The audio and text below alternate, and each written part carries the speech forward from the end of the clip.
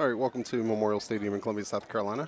This is AC Flora hosting Camden for the final game of the regular season. This game will decide who is number 2 in the region.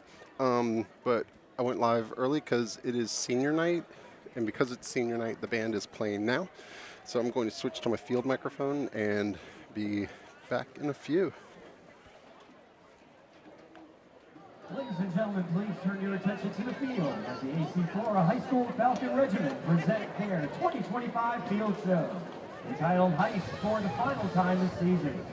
Musical selections include the following: Bad Guy, Symphony number 5, Symphony number 7, Symphony number 9. Listen up, folks. Grand Haven brokers are all in a ladder this week with a stock ticker buzzing. Under the direction of Mr. Kevin Sweat and assistance from Mr. Say, folks, Marissa Grand Hayes, Haven's still Mr. buzzing Piper after Murphy, last night's Mr. prize Steve Dallas, fireworks. and Mr. Matt Thompson. Step lively, Grand Student Haven. leaders A brand new include jazz Jamie joint Ashford, Sydney Bell, Maurice Lai, Leandrew Butler, Jonathan Fawcett, Dalen Weston, Matthew Gaffney, Jordan Gibson, and Tim Boyle. Under the field direction of drum major Trenton Ashurst, please join me in welcoming the AC Flora High School Falcon Regiment.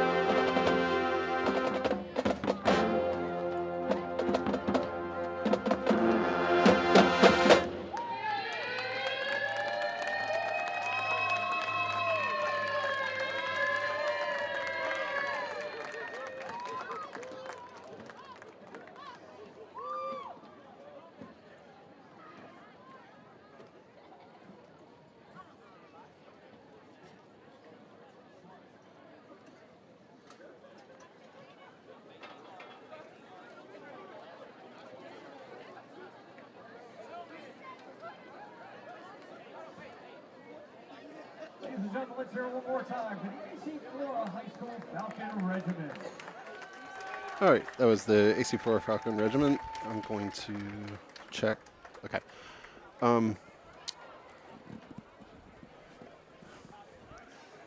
Oh, I guess we're gonna. I need to turn the microphone back on. Is the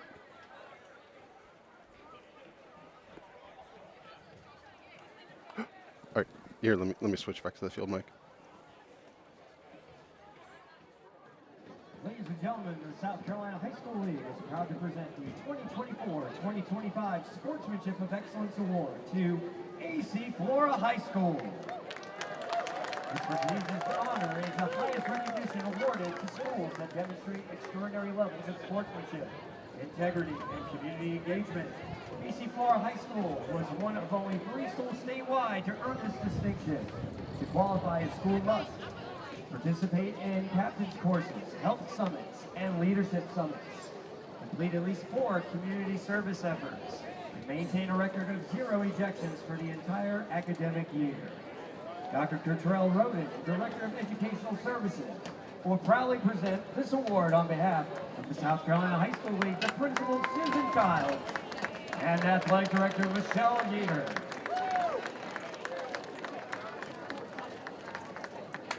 Congratulations to all AC Flora student athletes, coaches, and community members for exemplifying the true spirit of sportsmanship and excellence.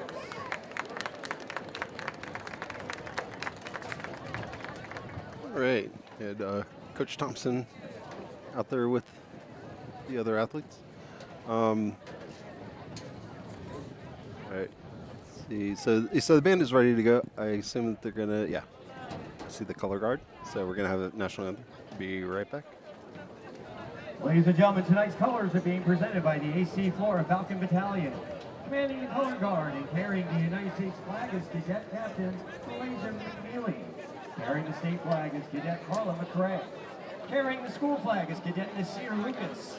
The 2 guards are Cadet Captain Jasmine McCrae and Cadet Captain Shelby Edenfield. Ladies and gentlemen, if you would please stand for the presentation of the colors and remain standing for the national anthem performed by the AC Flora Falcon Regiment, conducted by the Director of Bands, Mr. Kevin Sweat.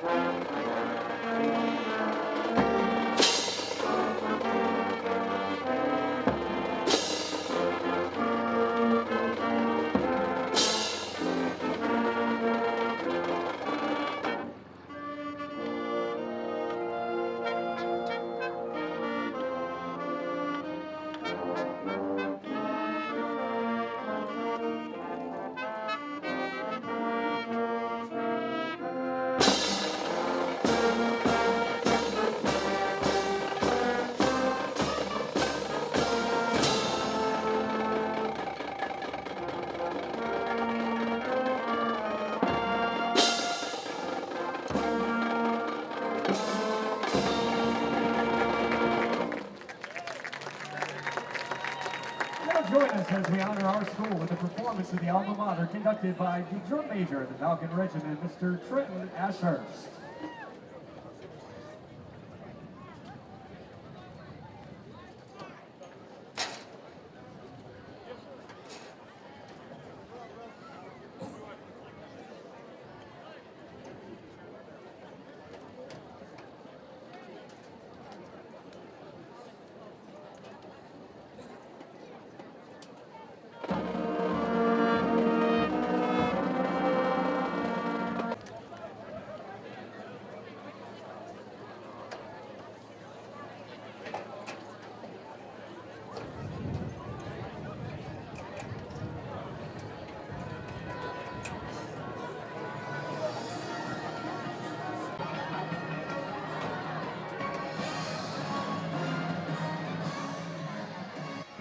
All right. So I dropped connection during the alma mater. Sorry about that. You were spared living with that living through that nightmare, Alex. Nice. Yeah. All right. Yeah. Welcome again to Memorial Stadium. What do we have in store, Alex? Battle of two top 10 teams in 4A, two teams that have been top 10 all season, and a matchup that's going to heavily determine playoff seeding as both of these teams taking it like a playoff game tonight, Jeff. And, the intro is going to be something along the lines of it's cooling down all of a sudden, but the playoff atmosphere is still in the air. It's, loser doesn't go home. However, this feels like a big-time game to really kind of get your sights set as it becomes elimination time next week for half the teams in the playoffs across the state. Jeff has done the math. I know you went deep into the archive and analytics on much. Monday.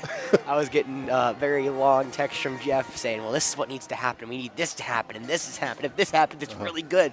And so do you remember what you learned, Jeff? Yeah, we're going to be on the road in the second round, whether we win or not. Sorry, everyone. Now the important part is where we go on the road. Of course, we would like to be here, obviously, if that's not an option. We would like to not play the number one team in the state potentially in the second round of the playoffs, and if we well, that would be the third round for South Point. Will we not be on the road? No, we'd be on the road to Seneca. Even with a loss? With a loss on the road to Seneca, with a win on the road to Daniel. Aha, okay. I thought it was either Daniel or Seneca, so that does make it. Daniel beat Seneca early in the season. Okay, so I think, yeah. So there you go from Jeff. We'll be the 5 seed pretty much if I win. If not, we'll be an 8 seed. 7. 7? Okay. Yeah, no, 8 would be bad. 8 would mean that we would face That's why I assumed. South Point. No, 7 seed. No, of course. Because we'd still be the top of the third teams in the... Okay.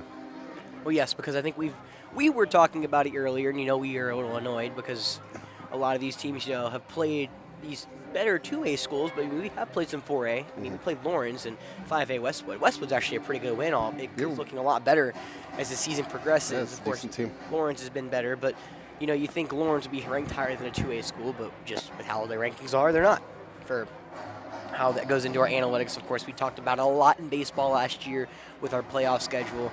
I know that was kind of a bummer at the end, but we've kind of deep dived in a little bit, and kind of just how it works is how the strength of opponent you've played, and with our region being so top heavy and our non-region just kind of panning out the way it has when Chapin really kind of has had a very, very down season, one that Jeff laughs at pretty much every weekly.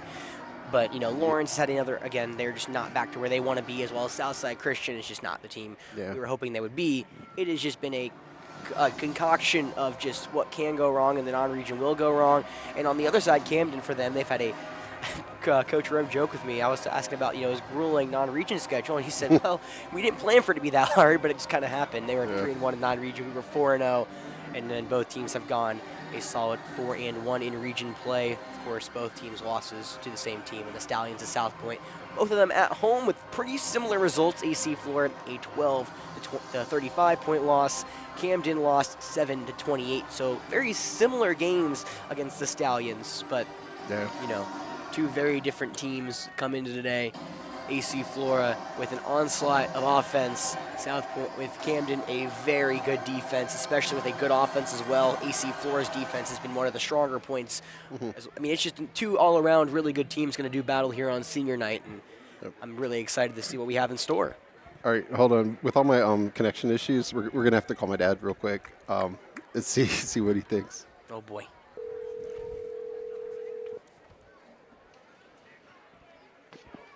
Hey, bud. Hey, you're on the stream. Don't curse. Oh, yeah, no. I understand. I've been waiting. Yeah. This is going to be a heck of an exciting game. Yeah, I think it'll be good. It couldn't be any better to end the season with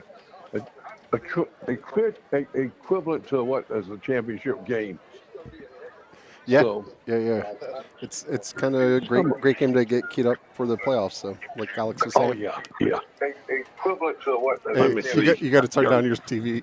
No, I turned down the feed, but no. This is, and you've already described the season and how they're matching up real, and it's going to be a good game. I mean, they're tight. Either way, I think our defense may be the key to victory. Yeah. We have a good offensive team, but we're just sitting here hoping, and I got Ace here with me, and Alice is ready. Excellent. So always we're ready. really excited. Alex No, is no, ready. Alice the dog. Oh, Alex is for sure ready, but yeah. Alice is sitting on my lap here, just Okay, waiting awesome. to go. Excellent. But All right. Well, this is going to be a good game, and I just can't wait to see it start. yeah, awesome. All right, stream. I'll talk to you later. All right, buddy. Take care. All right, bye. All right, that was my dad. and I'll go captains real quick while Jeff gets everything off. From left to right, of course, for your AC Flora Falcons, Roper Wensky, Azel Benag, Kendall Bird, and Prince King. On the other side for Camden, that's their main man at running back, Navir Boykin. Number 2, Tylen Drakeford. Number 50, Big Dontrell Wilson. And, of course, the man behind the helm, Grayson Rimpf. From far to short, AC Flora will receive the opening kickoff, Jeff, so that offense will come out, as you know, we've all talked about, a high-powered offense, a team that would love to get going early, and a big-time game for a lot of the seniors because, you know, a lot of this offense we've grown up with, Jeff, or especially in my time here, I've grown up with Roper, Kendall, Charlie. All of those guys have been mainstays, as well as Grady, kind of in my cheat sheets. Yeah. And they're going to be hopefully getting one final win, regular season win here. Hopefully we can get one more next week as well. Yes. We would really not want to have that happen. Man, the colors look really nice, huh? The AC Flora Rebels Yeah. is what it. Camden brought their bulldog all the way from the west, torn out of AC Flora off their typical banner. All right. Oh, we do have Blue Cross Blue Shield of South Carolina sponsoring tonight, Yes, here we so you can see better with blue. talking about that is where Camden will come into the stadium. Hopefully students will be piling in momentarily. Camo out against the Bulldogs. They brought up a smoke machine too. I know. And here comes AC Flora. Peyton Bishop doing the honors, the flag bearer. Big time matchup, Camden AC Flora, the Bulldogs having the Falcons number these past couple of years. It's been 2 straight wins for Camden. AC Flora looks to snap that streak and take a win over the Bulldogs here to finish region play. Falcons Bulldogs, final game of the regular season with seeding very much intact.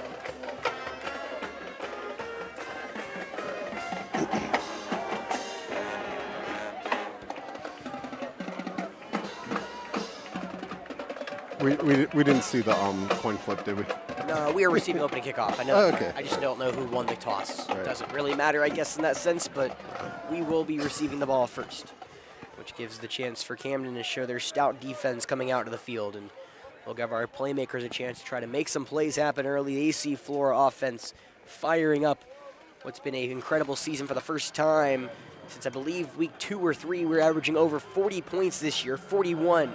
After the 48-0 victory over the Blue Devils of Dreer. Camden coming off of a win against Lancaster, 43-21. It's been, barring South Point, a easy stretch into this region play for both these teams, and now they will finish it off against each other in a game that both teams have had circled on their schedules for a long, long time. It'll be number 11 for Camden to do the honors on kickoff, Tyler Edwards. AC Flora, the lone man back. Blake Patet, as I say that, and Azel drops back as well. A very popular man, as some college scouts here in his final regular season senior game. Talk a lot about him when the defense comes onto the field. But first it'll be Roper Wensky, the unofficial passing leader, getting the chance for AC Flora in the offense. Bulldogs, Falcons, one fall to a finish. Let's have some fun, Jeff. Yeah, let's do this. And a low line drive kick that is muffed a little bit, but it'll roll into the hands of Patet inside the 15 AC Flora, going from left to right, breaks free for 1, past the 35, bouncing out the numbers, the 40, the 15, he's gone! AC Flora returns the opening kickoff, 87 yards! You give him an inch of space, he makes the most of it, and Blake Patet, the RNE transfer on senior night, gets the Falcons going, and he'll turn it over to the defense immediately. Wow, that's a start. Let's go. Get the ball rolled into his hands, far side of the field. Didn't even really hit to break any tackles, just made one man miss. One little move outside, and that was it. He's off to the races. Grant Hill ought to kick the extra point. Is Grady Bell having to run in quickly? First 15 seconds of this one, 6-0 lead AC Flora against the Bulldogs, pending the extra point, as Camden running their kicking team on as well. Low snap. It is up and it is good. 7-0 lead AC Flora, just like that. Jeez. Well, we have not had a kickoff or punt return in the 3 years I've been here. That's the first one I can remember, Jeff. When was the last time you can remember? God, I'm trying to think. Obviously, well, Quincy Riley had a bunch when he was here, but I'm trying to think with. There's a legendary video that circles online of AC Flora. He's telling them where to block. He's telling them where to go. Remember that? Yeah. Oh, there, of course. Yeah, that was Pettis. Tavius. Devon Tavius Pettis. 2022 season. What game was that, though? That was against Irmo here. Before Irma became one of the Yeah, best teams in the state. yeah, Chris Lofton, that viral highlight. Chris Lofton, yeah, just not even blocking. Well, he did lay down a block, but more just leading the way. Yes, it was more of he's directing him. He's saying, go this way. You got an open lane. Of course, Irmo playing in the biggest game of the weekend besides AC Flora Camden here in the state, Palmetto State, number 1 versus number 3 in the state. Number 2 technically is South Point. Oh, well. I know. Well, number 1, number 3, and 4A, or 5A, excuse me. Grand Hill will pooch this one up near the 25. It's taken in by a Bulldog. He'll go from right to left. Now going up the field, got a little space, and he is wrapped up and dropped by KD Daniels on the return. Bernard Green. And now the Bulldogs will come out. AC Flora received the opening kickoff. Their offense doesn't touch the field. A 7-0 lead after the kickoff return from Blake Patet. And now the junior, Grayson Rimpf, the son of the NFL head coach Brian Rimpf, will take the field for the first time today here at Memorial.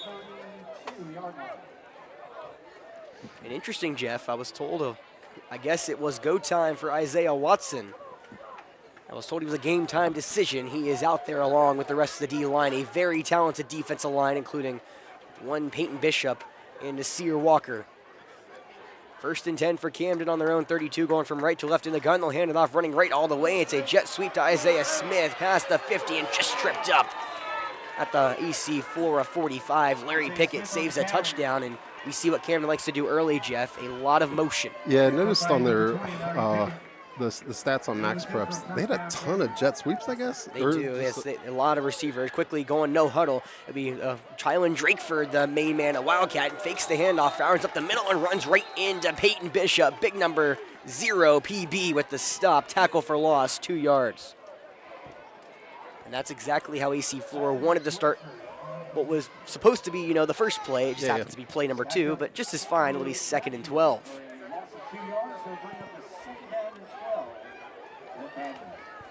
A 24-yard run on the first play for Isaiah Smith. So now 2nd and 12 for Camden on the AC Flora 46. Between the hashes, going from right to left. Rimpf in the gun, Boykin in the backfield. Drakeford in motion on the bottom. Rimpf play action now looking downfield. He'll scramble and run right into Brennan Williams. Tackled right at the line to gain.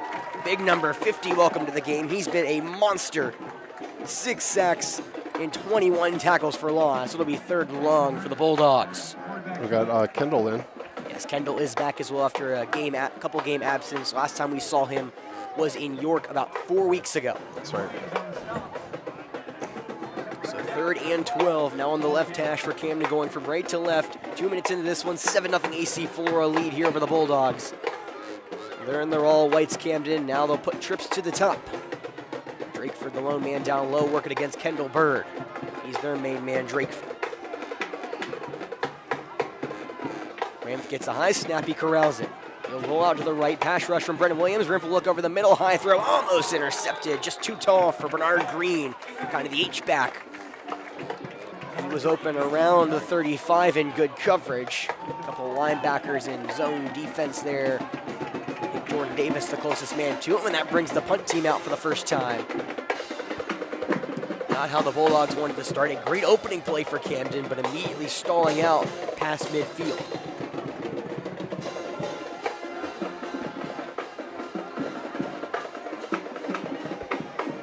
So Will Honert, tight end / receiver here for Camden. He's back at his own 40 to boot this one away. Falcons have a deep man. Patet back at his own 10. Honor, it's a good snap, and it's blocked. KD Daniels gets in front of it. It'll be AC Flora. Ball as Nass picks it up at the 35 of Camden. And the Falcons special teams making a statement early. So his second block of the year? Second block of the year. I was about to find it. Katie Daniels.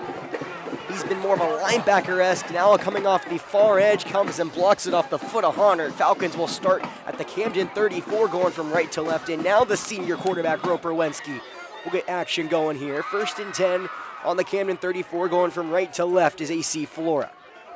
Wensky in the gun, gets the snap. He'll hand it off, running right all the way as Simmons past the 30 with a crease, barreling towards the 25 where he dives just shy at the 26. Couple of Bulldogs in on the stop. If my papers can come a little bit more into order, as the wind's swirling here at Memorial Stadium. Stop was made by number 12, the defensive back, Denari Haley. AC Flora off and running quickly. It'll be 2nd and 8. Official timeout as we're waiting for the ball to be spotted. It was officially spotted at the 26. First down marker at Camden's 24. So 2nd and 2 on the right hash. Falcons going from left to right with a 7-0 lead here in the first. Lenski dropping back in the gun. He'll look long to the far sideline. It is caught by Josh Davis, a one-handed grab at the 10, and he spins into the end zone. Touchdown, Falcons. Davis used one hand to catch it over the DB Edwards. A beautiful ball from Wensky, 26 yards, and it's quickly 13-0.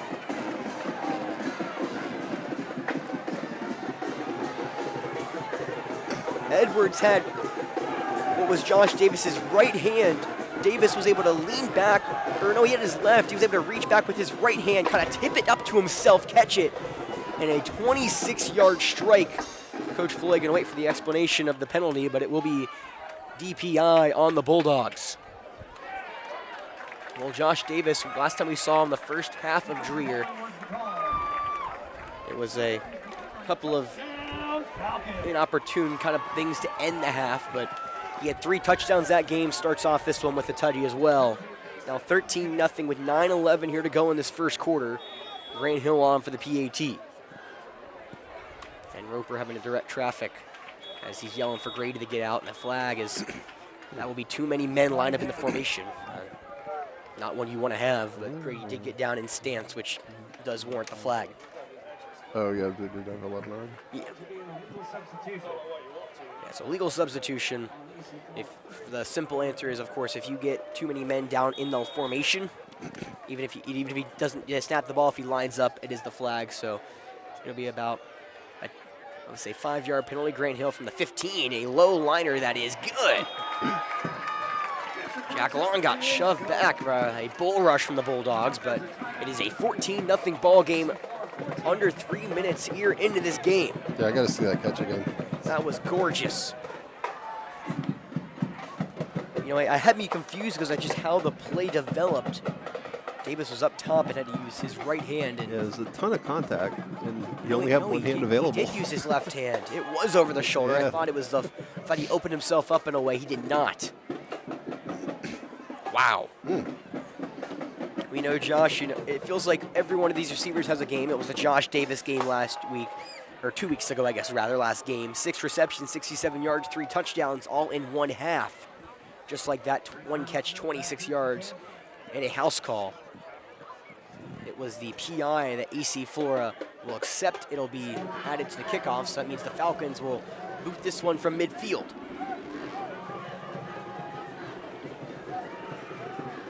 Boykin and Drakeford back at their own 10 for Camden.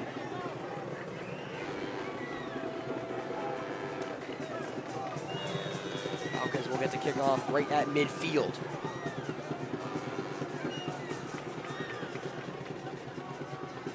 Grant Hill will be able to boot this one deep, and both will let this one sail through the end zone, a touchback, and now the defense back on the field. Well, Jeff, when you compare these two teams coming into the day, when you look at a lot of the rankings across the state, barring one ranking, it's the SC Media Pool, Camden has held the higher ranking in these top 25s between the two schools. Camden averaging around 20, Flora around 26. Sort of interesting, how much that non-region kind of schedule has affected these rankings, because Camden has played teams like White Knoll, Lugoff, Elgin, Hartsville, Ridgeview, some of the best teams in their respective divisions. especially Ridgeview at number 5 in 5A. So 1st and 10 for the Bulldogs on their own 20, going from right to left between the hashes. Handing off right up the middle to Boykin. He gets stuffed, maybe at the line. A gain of 1 is Isaiah Watson on the stop. They'll mark him at the, looks to be Bulldog 21 for a gain of 1.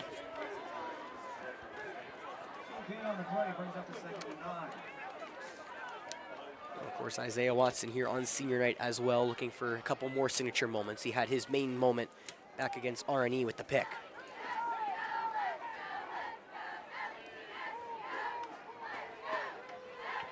Oh, I forgot about that. A big man pick. I know, big man pick. 2nd and 9 for Camden on the 21 between the hashes. Handed off up the middle to Boykin again. He bounces it outside to the 25, breaks off 1 tackle to the 30, and will pummel someone as he goes to the 31.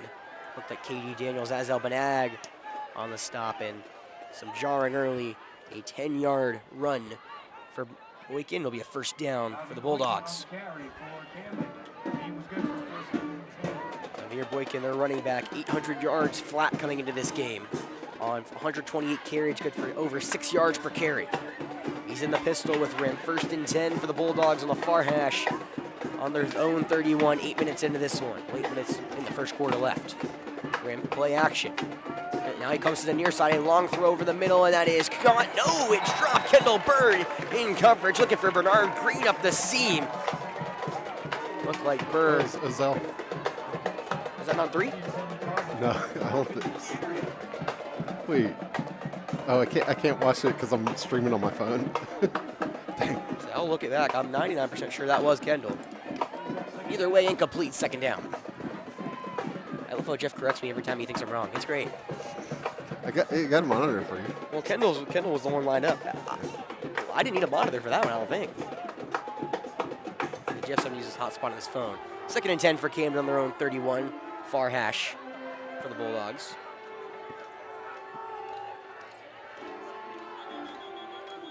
Souls. As you said, Jeff, play doesn't even get going. Did we lose the play clock? I would assume so. Or,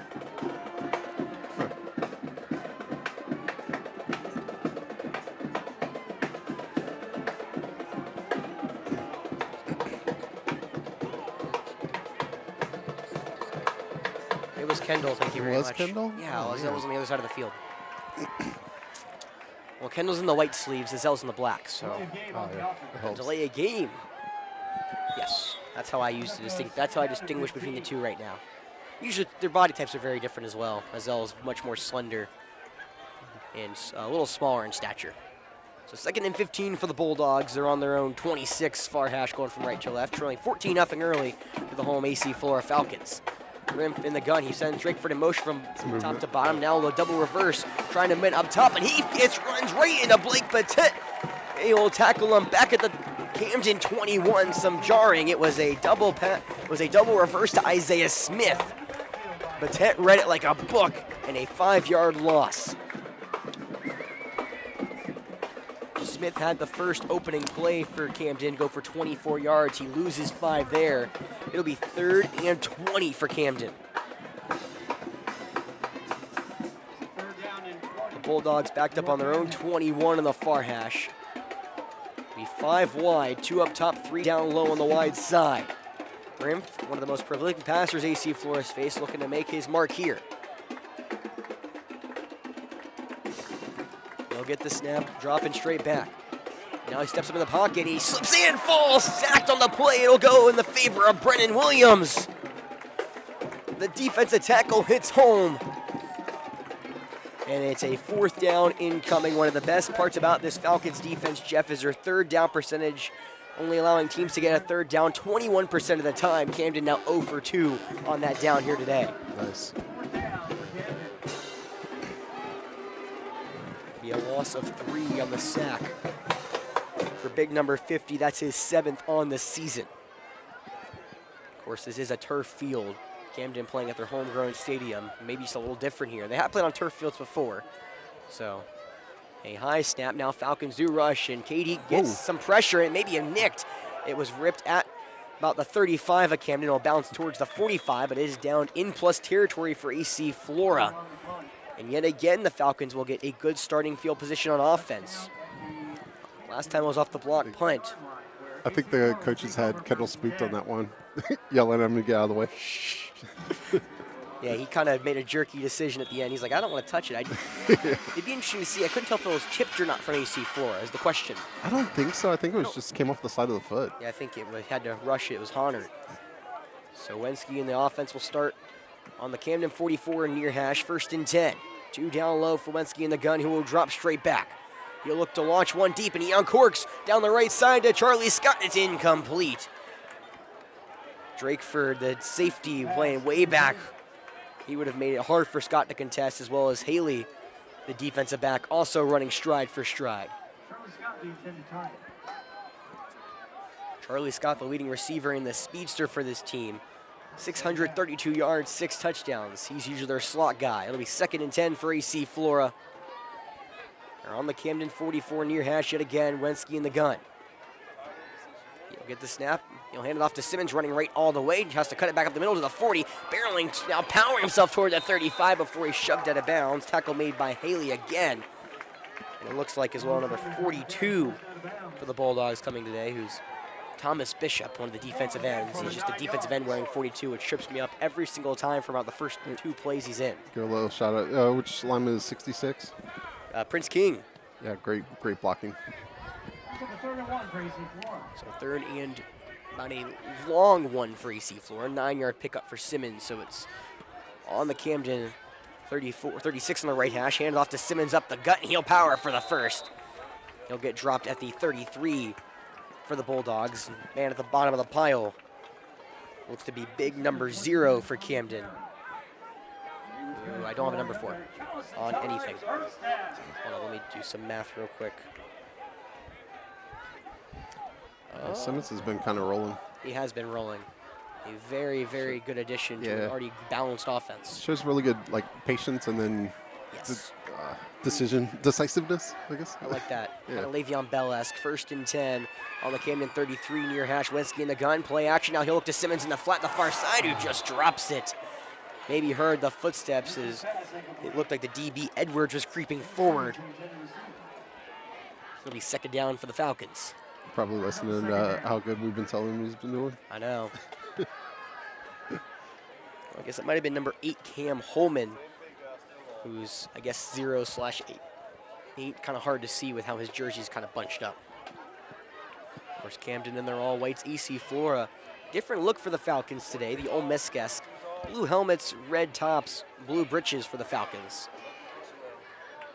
Play clock winding down under 8. Falcons got to hurry to the line. They're at 5-3. Wensky in the gun, and Floyd will have to burn his first time out with 5:16 to go here in the first quarter. But so far, it's been all AC Flora. Falcons jumped on the Bulldogs, and they lead 14-0 and driving here about halfway through the first quarter, which gives us a chance to thank our sponsor. You know, we always do this sponsor toward the end of the year. It feels like the perfect time in a big marquee regular season game to thank Blue Cross Blue Shield of South Carolina. Open enrollment for Marketplace individual and family health insurance plans is happening right now here for Blue Cross Blue Shield of South Carolina. Our local South Carolina Blue advisors are ready to get you enrolled. There we go, Alex. Visit us at Irmo Station next to Kroger or at betterwithbluesc.com/co. That's betterwithbluesc.com/co. All right. And that /CO will get you to that specific Columbia location. Correct. You know, me and my family have actually been partnering with Blue Cross Blue Shield for as long as I can remember. And, you know, they were very kind to me. I had some some issues earlier this year where some stuff just didn't get put in right on the, not their fault, but more of the clinic's part, and they were able to get me helped out. Yeah. So 2nd and 10 for the Falcons on the Camden 33 near hash. Going from left to right up, 14-0, 5:16 to go in the first quarter. Simmons in the gun. He'll get the handoff straight up the field, barrel past the 30 before he gets taken down at the Camden 29. A couple of Bulldogs on the stop. Last man on the Camden 29 near hash. Wensky play action looking to a near curl. It'll be caught and stepped out of bounds before the 25. Minimal gain for Josh Davis, who tried to step in front of Haley and get the first down, but only a 3-yard gain, which brings up 4th down for the Falcons. We're picking up your camera, we're not picking up ours.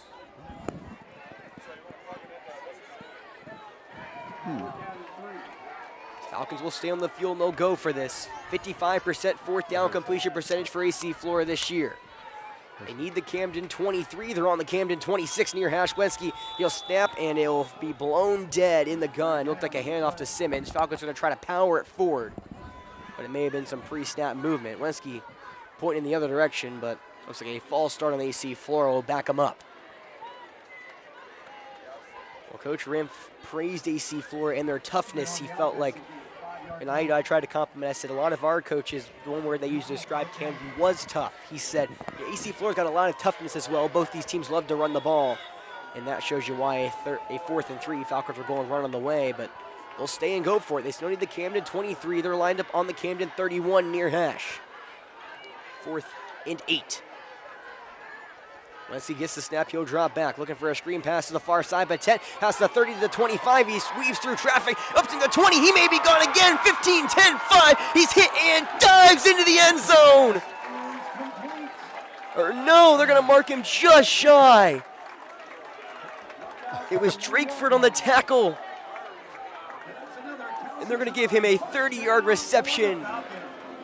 I can't believe it. I thought he got in, Jeff. Oh, man. Patet's explosiveness been all on display, and now Wenski will stay on the field. 1st and goal from the about half-inch line. Simmons in the backfield with Wenski here on the near hash. 4:30 to go in the first quarter. Wenski gets the snap. He'll hand it off straight up the field to Simmons, who will plunge toward the goal line and get into the end zone. That one does work. Falcons striking quickly, 20-0 lead, 4:22 to go in this first quarter, and Jeez. it's in the air, Jeff. Yeah, it is. Coach Floyd before the game told me this is the most confident he's been going into a late season battle with another great team on the other side, and right now his confidence is paying off. Yeah, you 3 just straight gotta, scores. you almost got to play like you're still tied or down or something, you know. Yes, I Don't would lay agree. off anything. Extra point is up and good for Grant Hill. 21-0 lead, but of course, long game to go. And these Bulldogs very feisty. All right, I want to see that replay again. I saved the Batet. Patet Play. far side comes near side and just, gosh, he's so shifty.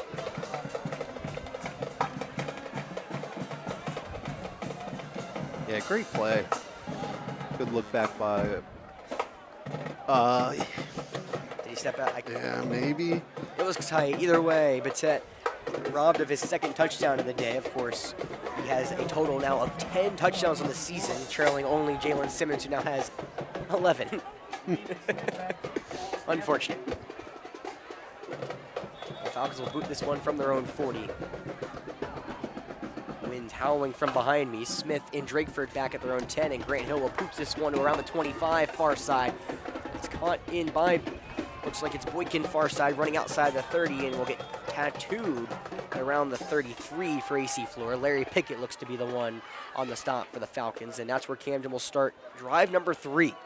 Hey, they should come up with an assist category for touchdowns. You know, like if you make the key play that gets you in position, but I don't hate it. a running back or a quarterback, you know, sneaks it in or whatever. Do not hate it. Yeah. Well, so far it's been all AC Flora. This defense has been stifling.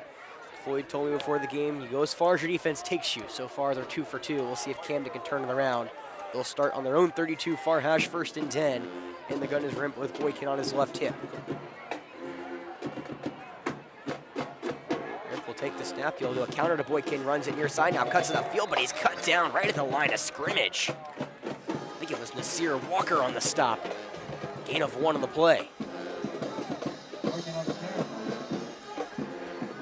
Boykin his 3rd carry, 12 yards so far for the Bulldogs. They've had really one explosive play. That was what Coach Floyd, one of the many keys he said, take away the explosive plays. But after that, it's been really AC Flora's defense. Yeah, because their receivers are averaging like 22, 23 yards per carry or something on the jet sweeps. Yeah, 2nd and 9 for the Bulldogs, zone 33, handoff up the middle of Boykin again. This time he's got a hole past the 40, 45, past midfield, and he's double-teamed. Azel Benag, Larry Pickett combined in the stop. But they won't wrestle him down, so it gets to the AC Flora 42. 25-yard gain for Boykin. 2nd explosive play for Camden here this evening. And they'll go quickly in the no huddle. 1st and 10 on the AC Flora 42 on the far hash. Handed off to Boykin. He'll run it left all the way. Outruns Davis, but he gets slammed to the turf. A shoulder check by Larry Pickett past the 35, and they'll spot him officially at the AC Flora 32. 9-yard carry for Boykin. And now Camden, who was off and running, they'll slow it down a little bit. Boykin will go off, and Bernard Green will come on. Take that first down and 10 for Camden. We'll give him 10, so it is a first down officially. They're on the AC Flora 32, 1st and 10 near hash, going from right to left, trailing 21-0 is Camden, and a flag comes in before the play gets going. Of course, messing up all my beautiful pre-snap analysis. So much work into this. Will be an offsides call against AC Flora, so it's us. I guess someone must have lined up into the neutral zone. On the defense, it's a 5-yard penalty. I didn't see it jump, but I wasn't staring intently. It'll be 1st and 5 for Camden, the AC Flora 27 near hash, trailing 21-0 with 2:40 left to go here in the first quarter. Rimph in the gun. He'll do a play action to Smith. Now hand it off to the right side. Got a wide open hole. 20, 25, 15. Angles to the 10. Turns it upfield inside the 5, and he gets snow in the end zone. Touchdown, Camden. Isaiah Smith takes a 27-yard run, kind of a power option. Thought Rim kept it. Fooled our defense as well. As that is now the 7th total touchdown for Smith, and Camden strikes back 21-6 here in the first quarter.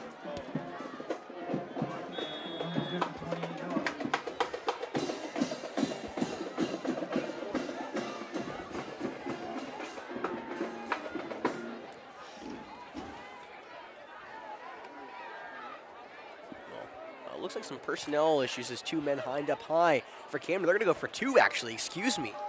He'll be taken in by Hunter. He'll be the Wildcat man who tries to run it straight upfield, and he did not get it. Azel Banag, along with Isaiah Watson, it looks like, on the stop. Maybe Peyton Bishop as well. I wasn't even ready for it. It was a quick snap from Camden, and Hunter, the tight end / wide receiver, he was the man with Boykin on his right hip in the backfield, opted to try to take it upfield. No dice, so a 21-6 game is where we will stay with just under 2:30 to go here in this first quarter. It's been kind of a lot of explosiveness, Jeff. 4 touchdowns and still 2.5 minutes left in the first. You know, and it does feel like a playoff game in Camden, of course. As I said, there's no quitting them, and they are, you know, Grimph said he wants to see how they look against what is supposed to be a phenomenal team in AC Flora, and it's turning out to be a great team in AC Flora, one of the best teams Coach Floyd's been able to coach behind that 2022 squad that he had. And of course, he said we spent a lot of time rebuilding this program to get where we are, and tonight he looked at the seniors and said, Jeff, this is your time. Put this, you know, you put all the hard work in to rebuild this program, get this back to being one of the best teams in 4A. You need to finish it tonight and move into the playoffs. So far, so good. For the first time since the opening kickoff, Camden special teams will come out for the kickoff duty. And we'll see if they kick this one deep. Batet, and it looks like Moten back there at the 10-yard line. We'll see if they decide to boot it deep, and they will squib this one. That will roll to Banag, who will take it up past the 20 to 25 far side, nearing the 30. He'll get past, but then right into a sea of white. They will shove him back. No, he had a touchdown return against Westwood. Kickoff? I don't believe was so. it a kickoff or an interception? The Azel had one that was last year. Yeah, 99-yard pick 6. It was a pick 6. Okay. Goal line. You know, you had pick 6 last game as well against Trier. I'm still living conversations that we had at the beginning of this stream. I mean, hey, you do. I have nowhere to tell you if you're right or wrong, so whatever works. So AC Flora with their worst starting field position today, Jeff. They will start at their own 33-yard line in the far hash, going from left to right, up 21-6 over the visiting Camden Bulldogs. 2:21 to go in the first. Wensky in the gun. He'll drop back looking for a swing pass to the near side of Batet. He spins through one tackle, but he gets right back to the line of scrimmage. Hitting him behind the line, the linebacker, Evan Prescott. Gain of nothing on the play. And, you know, it seems like the idea has been to get Batet in space. Kickoff successful. That was unsuccessful, and, of course, the screen earlier was. A loss of 1 officially.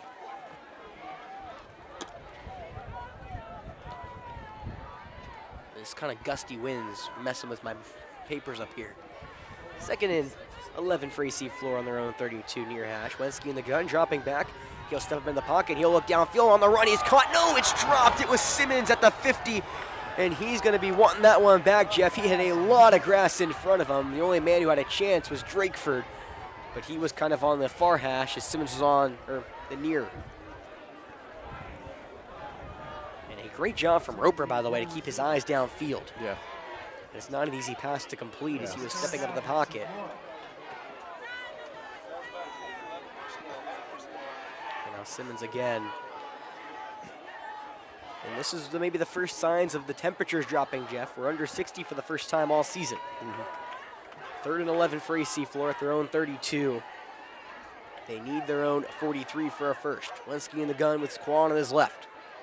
He'll drop back, look for underneath the screen. Azel Benagi got it to the 35, 40, 45, 50. Now past midfield to the Camden 45 before he's slung down. Falcons get their playmakers in space, and it works. Penny, the linebacker, gets him on the stop, but Benag goes all the way across the field. It's a, if I can do my math correctly, that'd be awesome. 23-yard reception. Yeah, big first down. You don't want to go 3 and out after they score a touchdown. I would agree, and right there, Benag, kind of the explosive play. He comes in as kind of the 5th receiver right there, showing you why. 1st and 10, AC Flora on the Camden 45 near hash. Going from left to right with 1 minute to go in the first quarter. And off to Quan, he runs it right, barrels through one tackle, but he gets stood up and shoved back. First man to greet him, the linebacker, Ain, before a press spot finished him off. Nothing for Quan on the gain. Benag's been shooting up rankings as of late, and of course he grabbed another couple. Wisconsin, Liberty, Georgia Tech all have been in the last couple weeks for Azel. And of course, rumblings of potentially a lot of bigger D1 schools. And when I say bigger, I mean current top 10 D1 schools that have been perennial top 10s. 2nd and 10 for AC Flora on the 45 of Camden. Play action, Wensky will drop back. He'll scramble to the right side, throw one to the near sideline, and it is caught and dragged inbounds. Kendall Bird at the Camden 32 in coverage was Edwards. An easy pitch and catch for the connection that's been going all the way since JV. They pick up a 13 in the first down. Another Towson's High first down for the Falcons. Of course, Kendall and Roper been connecting every single season. Kendall, the most decorated receiver coming into this season for AC Flora, over 2,500 receiving yards coming into the day. And Batet duel it out. 1st and 10 for the Falcons on the Bulldog 32 near hash, going from left to right. Under a minute to go here in the first quarter. Hands off up the middle of Simmons. He gets past the 30, plummeting towards the 25, but then gets pushed back by a slew of white. And that should be the final play here in this first quarter. It looked like Tyler Edwards as well as Penny and Ain all combined in the stop. And that'll bring us to the end of the first quarter. 21-6 AC Flora over Camden. And it's been an offensive explosion today, Jeff. Oh, yeah, it has. Well, Fun so far. That's what we're looking for, right? That's exactly the start you needed when you come and play such a good team, and Falcons putting them on them early and looking to try to balloon the lead back up to 3 scores. Well, while we have a second, we want to thank our sponsor again. Open enrollment for Marketplace individual and family health insurance plans is happening now. Discover what your local South Carolina Blue team can do for you. Located at Irmo Station or on St. Andrews Road next to Kroger, Giovanni and her team of licensed health insurance advisors are ready to help you find a Blue Cross Blue Shield of South Carolina plan that can fit your budget and needs. Meet in person or over the phone. Visit SC Blue Team in Irmo Station or betterwithbluesc.com to enroll today. That's betterwithbluesc.com. And you do that /CO, it'll get you right to that Irmo Station location. There we go, Alex. I'm there, I promise. I forget the gusts of winds. I put the paper down, no wind. I start doing the ad read. My folder almost flew off the top of this press box.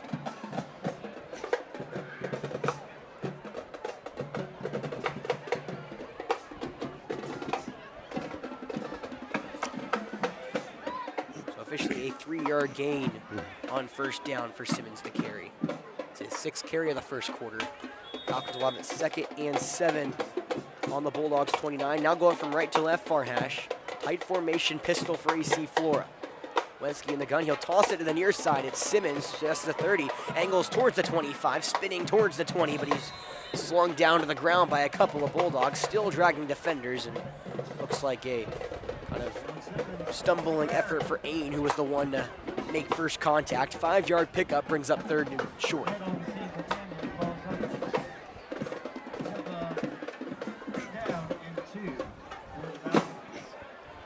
Falcons 3rd and 2 here. They're on the Bulldog 24. They need the Bulldog 22. Pistol yet again for Roper near hash, and a jump for the Bulldogs. Falcons held strong, and this one's going to go for big number 50, Dontrell Wilson, the captain here this evening for the Bulldogs. Kind of just shrugs his shoulders and says, well, I tried. Be a free 5 yards, and the Falcons will get a free first down and move into the red zone here yet again, where they're 2 for 2 tonight. Or I guess 1 for 1. Offside on the defense. Yeah, 1 for 1. Yeah, 1 for 1. 1 for 1. Josh's came just outside the red zone. So 1st and 10 now at the red zone for AC Flora on the left hash. Going from right to left is AC Flora on the Camden 19.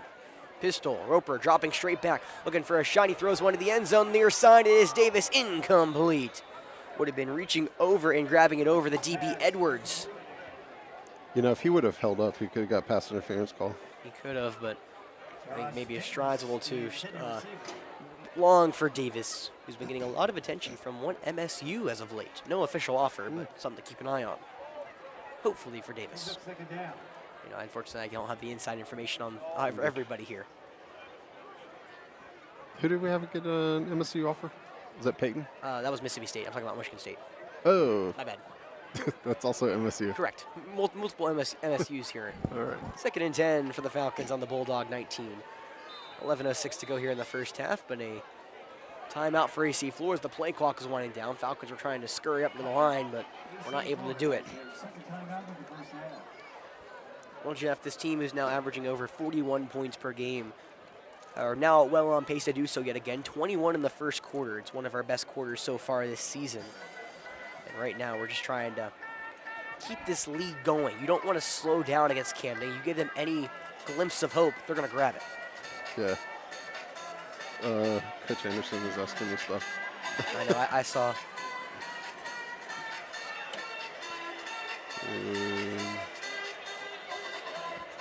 Maybe at half, I would have to restart the stream.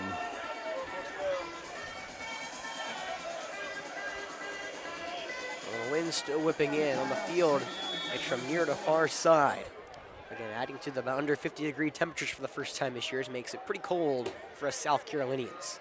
2nd and 10 in the 19 of Camden. Wensky play action now looking for Simmons in the flat. He's got it at the 18, stiff-arming a man past the 15 to the 10. Still dragging a defender. He's whipped out of bounds inside the 10-yard line of the Bulldogs. Tackle made by number 13, Hayden Williams, the defensive back for Camden.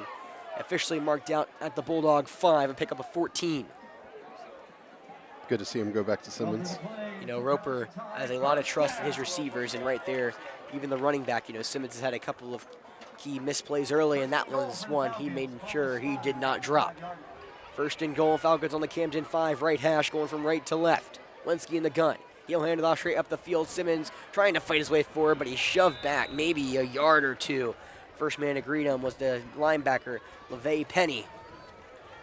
And there will be no gain on the play. LeVay Penny and others on the stop for Camden. No gain on the play, 2nd down. Sounds at 33 yards over 8 carries. I'll do a couple more in the break. 2nd and goal between the hashes for the Falcons. On Camden's 5, you got Charlie Scott lined up, man-to-man near side, a handoff up the field. It'll be Simmons trying to fight forward towards the 2, but he's table-topped over just shy of the goal line. Again, it looked like Ain, the linebacker, combining on the stop as well with number 11, the defensive end, Tyler Edwards, pickup of 2.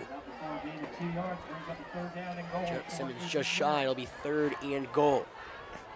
This Falcons team nearly perfect in the red zone. Now over 90% of the time they score when they get down here. And 87% of the time they score a touchdown. 3rd and goal from the Bulldog 3 between the hashes. Wensky with Simmons on his left hip in the gun. Camden packing the box, and they'll hand it off up the middle. Simmons stumbling toward the goal line, and they spot him just short. Looked like it was Penny on the stop. Just a yard short of the goal line, and now a decision for Coach Floyd. Not if they're going to go for it. I can tell how Coach Floyd wants to play this, but rather, how do you play it? What is the play? What is the play call on 4th and 1 from the 1? We're under 9 minutes to go here in the second quarter. 21-6 lead for AC Flora over Camden. Feels like a very big turning point in the game for either side, depending on what happens. And You're going to go timeout again? yeah, I believe Falcons are going to waste their third and final timeout, as there's been no movement to even get lined up. And play clock now at 1, and Floyd will burn his third and final timeout. Interesting to note that the Falcons are going to take all 3 of these here in the first 15 minutes of play time. Yeah, I was confused when they took Blake off. So, 4th and 1, you would expect him to be on the field in some capacity, whether they want to go jumbo or... A lot of times we've been doing the jumbo set where you get Blake back by himself. Yeah. I'm curious to see any tricks up the sleeve. Yeah, I don't know if I hadn't seen them practice it, but like if they line Blake as a second running back in the backfield, and like almost have him decoy like split out, like it's going to be a pitch, and then just run up. When I watched the South Carolina Gamecocks, I told Nick Harbor, and I told you before the game, Jeff, I feel like every time I'd be a horrible offensive coordinator because I had Nick Harbor running straight every play.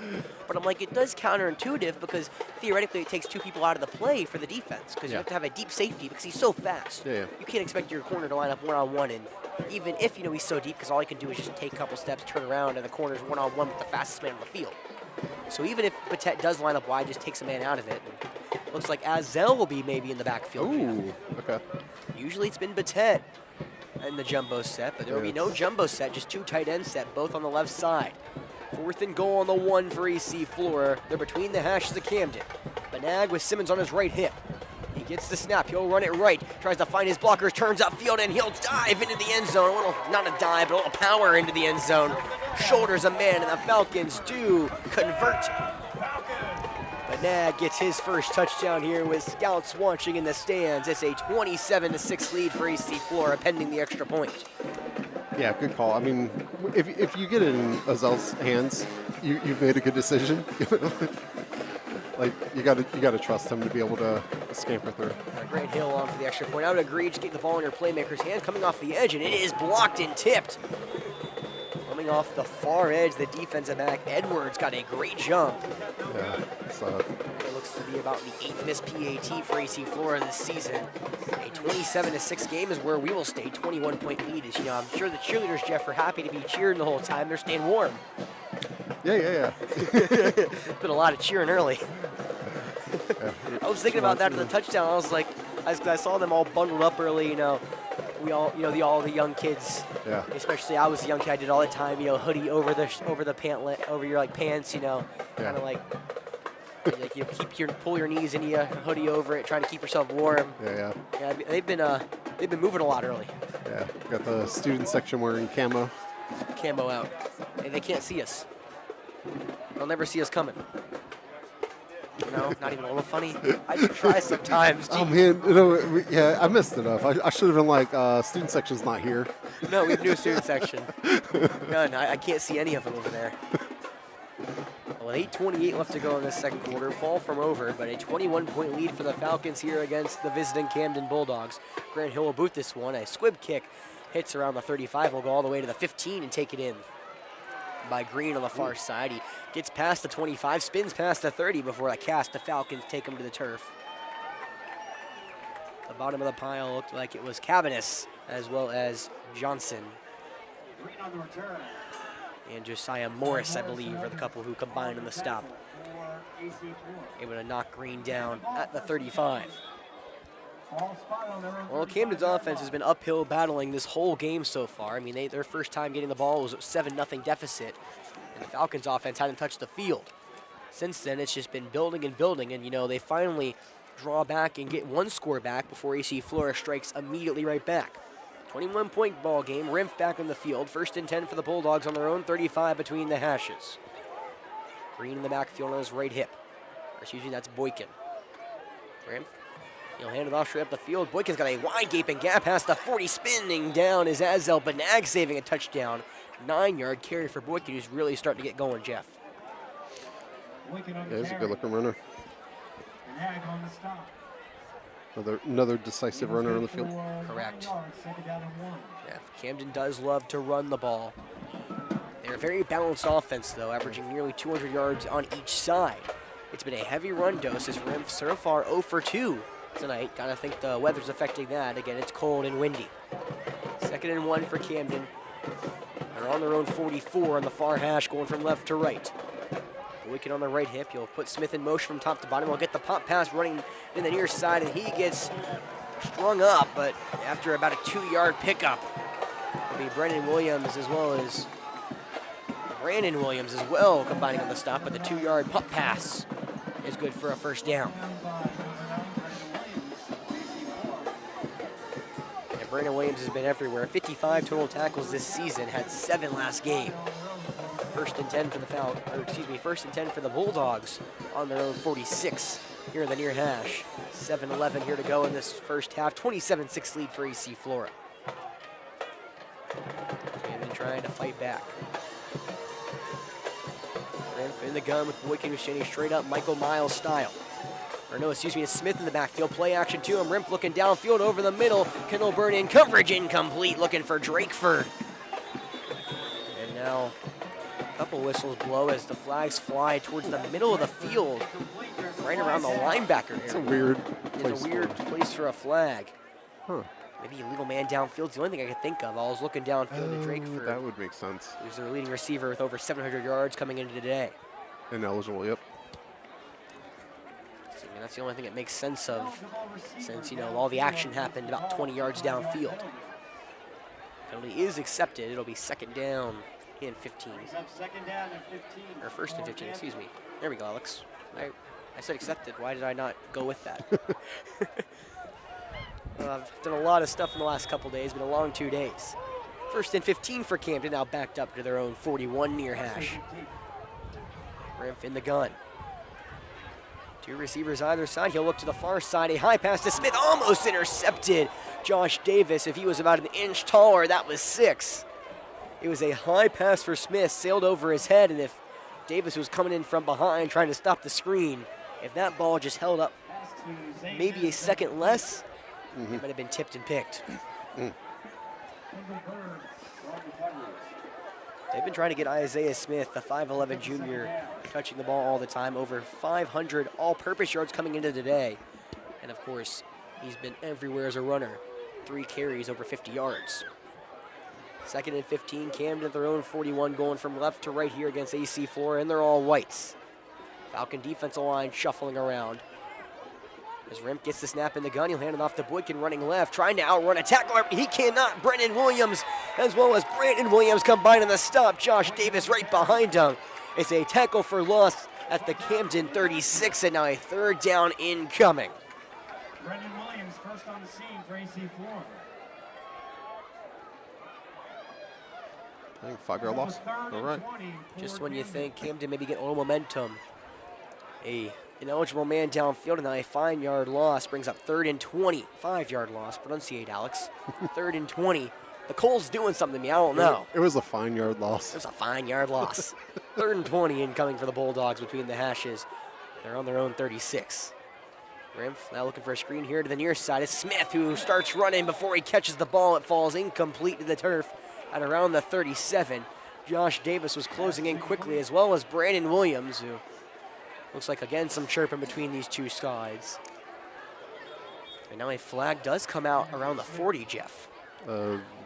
Sideline warning? That has to be it. It's right around our sideline where no one else was. It is sideline warning. But no harm, no foul, at least quite yet. Brings up 4th down for Camden, and the punt team is on.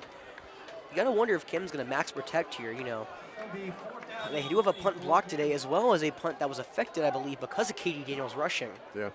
So far, they have not put their everyone in. They still have 3 gunners out wide. A high snap to Honard. He gets it at his own 20 and just gets it off. A high and over-end kick It'll hit right around the Falcon 37 and will take a sidewinding bounce past the 35 to around the 33 before it is down by what looks to be the long snapper, Alton Sharp. Well, that's Honnor's best punt. Does flip the field. However, AC Flora has not seemed to have any problems on offense so far. 3 for 3 offensive possessions here for the Falcons. And of course, that 4th touchdown coming off of an opening kickoff return. Well, the unofficial passing leader for AC Flora, he's been a little quieter tonight because of the weather, but Roper Wensky will trot back out there with the offense. 1st and 10, setting up shop at their own 32. Falcons have it on their own 32, going from right to left with 5:45 to go in the first half. Wensky in the gun. He'll hand it off, running near side all the way as Simmons. Now he tries to cut back upfield to the 35, gets to the 36 before he's tag teamed by about 4. Camden defenders, well, pushing and shoving at the end of the play. Looks like Penny as well as Haley combined in the stop. The linebacker and the defensive back. 5-yard pickup, though, for Simmons. Brings up 2nd and medium. All right, wait. So I was talking to somebody, and it kind of hurts me that I didn't know it before. Yeah. But apparently, so Lancaster is the city of red roses. Yeah. York is the city of white roses. We didn't catch that. I didn't know that. We're horrible. 2nd and 5 on the 37. Play action. Wensky looking for a quick slant to Charlie Scott. He's got it, and he's gone. Beats one man, and he's past midfield. There was no one even close to him after that. Hayden Williams was the man who got put on Charlie Scott. Charlie Scott took one step toward him, a quick slant over the middle, hit midfield, and Williams had no chance. That's how you do it. You can take it from anywhere, Jeff, and he took it from what looks to be 63 yards out.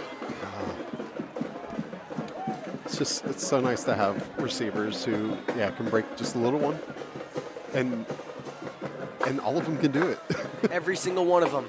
Grant Hill off the extra point, and Camden does jump. The Falcons, after getting their last PAT blocked, do a hard count on the PAT unit. It's currently 33-6.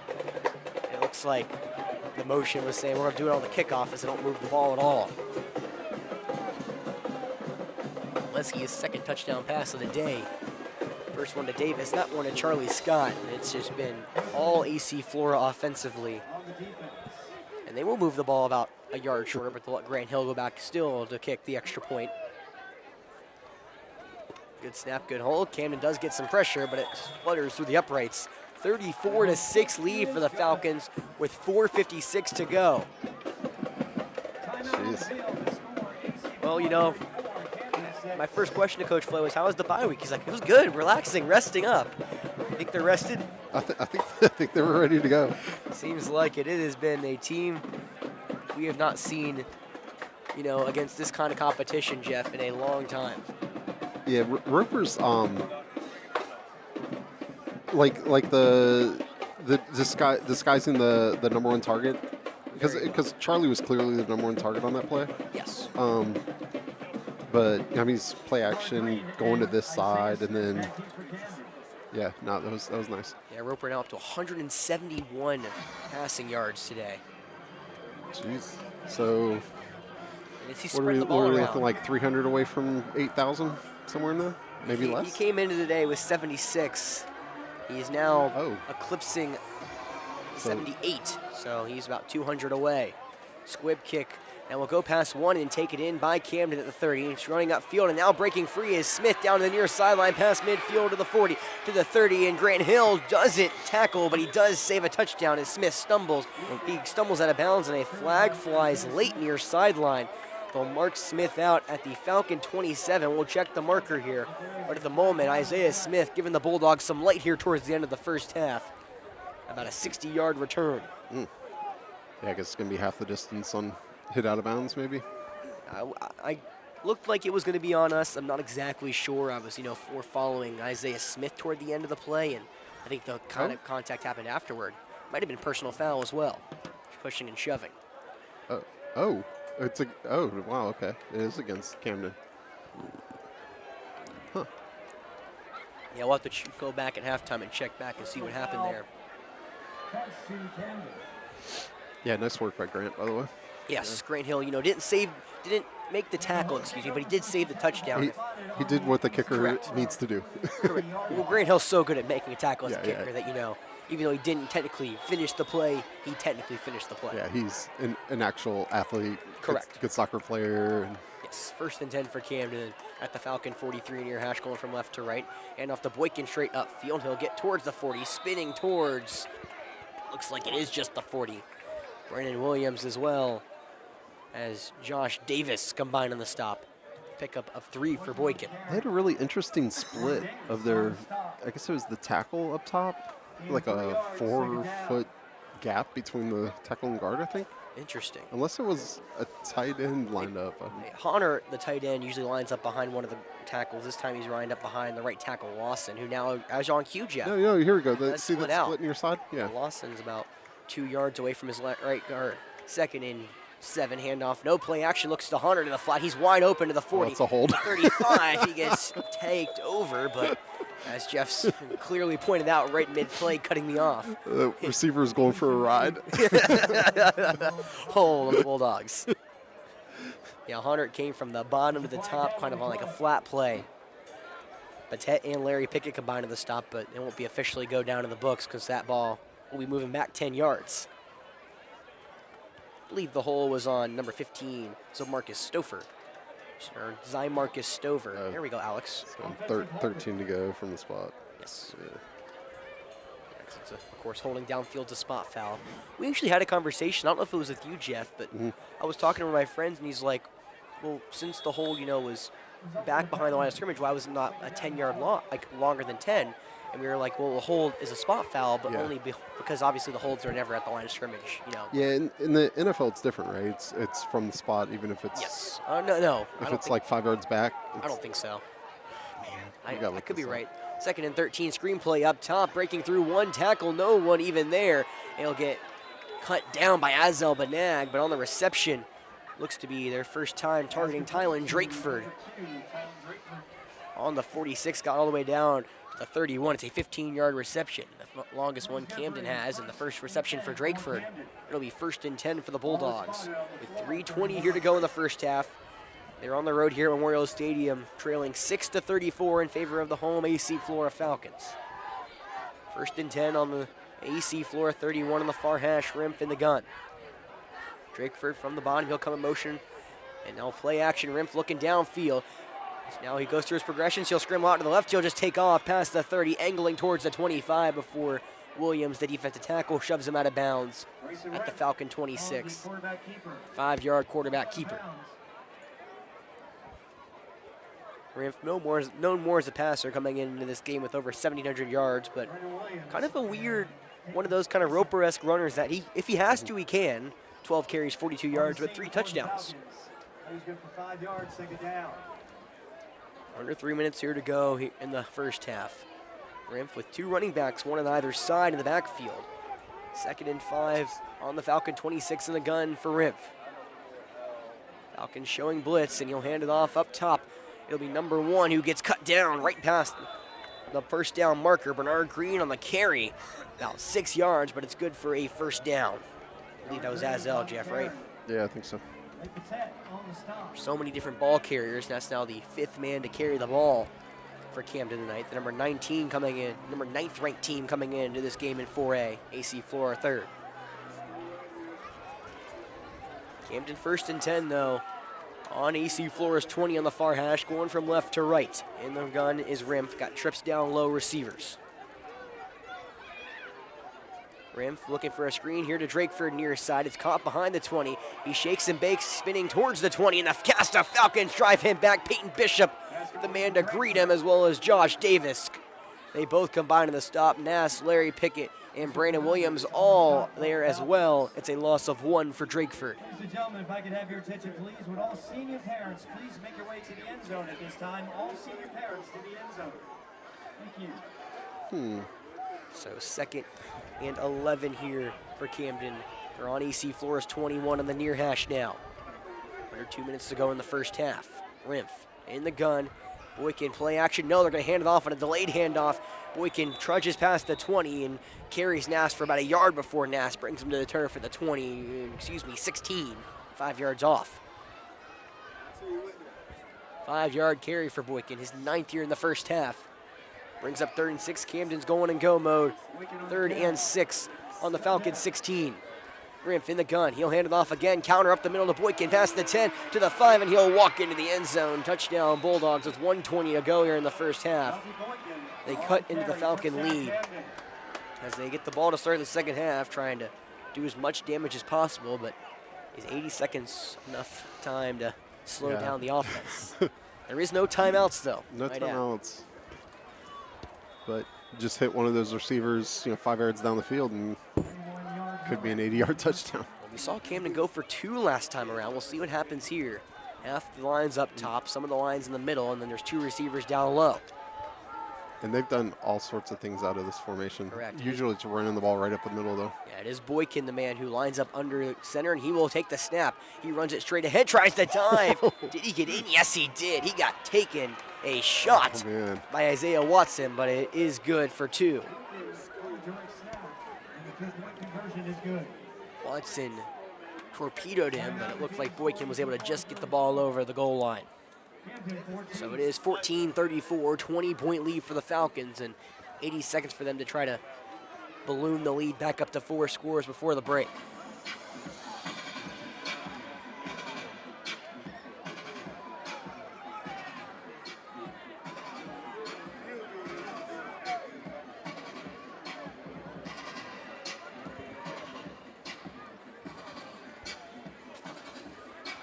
This game has gone as probably no one expected. I talked to Coach Floyd. I asked, since we haven't been in many close games, are we ready for a dogfight? He said, absolutely. So far, it has not even been close to a dogfight. Pretty much AC Flora has led from bell to bell so far. They took the lead in the first 15 seconds of the game and haven't looked back since. It's a dangerous team, though. You can't let up. No, you cannot. This is a very talented team. They've played some very good teams, had their mettle tested against teams like White Knoll, Hartsville, Ridgeview. Again, all ranked in the top 10 in their respective divisions, as well as South Point. Squib kick to the far side, taken in by Charlie Scott, who cuts hard back up at the 30 to the 35 before he gets taken to the turf at around the 30 floor of AC Flora, and that's where the Falcons will have a chance to potentially add on. Well, Roper, Wensky, and the offense have been perfect today. 4 for 4 offensively with a opening kickoff return. What do the Falcons and Coach Floyd have up their sleeve left with 1:13 left to go here in the first half? I told Coach Floyd no QB powers on any 2-minute drills. For my South Carolina fans, you know why. Lenore's fumble. 1st and 10 on the 34 for AC Flora on the far hash. Wensky dropping back. He'll throw a quick curl out to the far sideline, and it is caught by Josh Davis, diving back just short of the sticks. They spot him down at the 42, so an 8-yard reception. 2nd and 2. Falcons hurrying to the line under a minute to go in the gun. Far hash, Wensky 2nd and 2. He'll step back, look for a swing pass, thrown to caught by Simmons. Out near the flat pass midfield, he's got some speed, puts on to the 45 to the 40, angles out of bounds near the 35 before he's shoved out by the defensive back, Denari Haley. And just like that, the Falcons are in business. A 24-yard pitch and catch. That's another Callison tie. 1st down, Falcons. A bunch of yards and out of bounds. That's exactly what you can do. Clock stops at 46 seconds. 1st and 10 for AC Flora on the Camden 34. Pistol for Roper. Got Charlie, and it looks like Josh up top. And they're going to look for Charlie. Back to the 40. Double pass to the left side to Simmons. Incomplete. Charlie off the mark. Jeff, in these big games, I usually do write Charlie down. I have a couple lines in my manual stat sheet for another passer, and the only other time I did, he did throw a pass. It was the Camden game. It was the South Point game. And Simmons was covered on that one. Yes, so. It was not a bad throwaway. I believe it was Drakeford in coverage. Charlie, as a passer so far this year, we talk about his receiving. He's now 2 for 3 for 34 yards. Yeah. 2nd and 10, Falcons again on the 34 of the Bulldogs. Roper dropping straight back Looking for a deep, he'll scramble to the right, tries to evade pressure. He'll tuck the ball and run to the 35 and get swallowed up right at the line of scrimmage. Flag up top, we'll check the marker, but as it stands, Falcons trying to hurry, and Well, I guess clock should stop on the flag. correct. I don't think it's so far on the other side, I don't think anyone saw it. Coach Rimpf is standing right over it, you know. You never realize how tall NFL players are, Jeff, till you look at one, and I'm looking at the Rimpf, and I'm just looking straight up, and I'm like, hi, my name's Alex, nice to meet you. just my 5'8" self is not compared to a full-grown former NFL player. Yeah.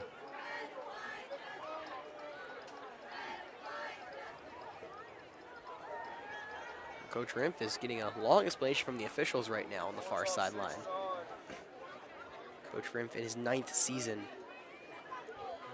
Former ECU grad. Shift, declined, second down. However, that is kind of like a free stoppage for third down, Flora. right? Yeah, Wait. yes. 3rd and 9 off the double pass. So 3rd and 9, clock is running under 30 to go. Wensky in the gun. He'll drop back, Camden 34. Looking for a long pass. He throws it down the field to Kendall Byrne and is incomplete. Running stride for stride, the DB, Kavon Edwards. It hit off his back. Kendall Byrne never made an attempt to come back for it. With 20 seconds left, it brings up 4th down.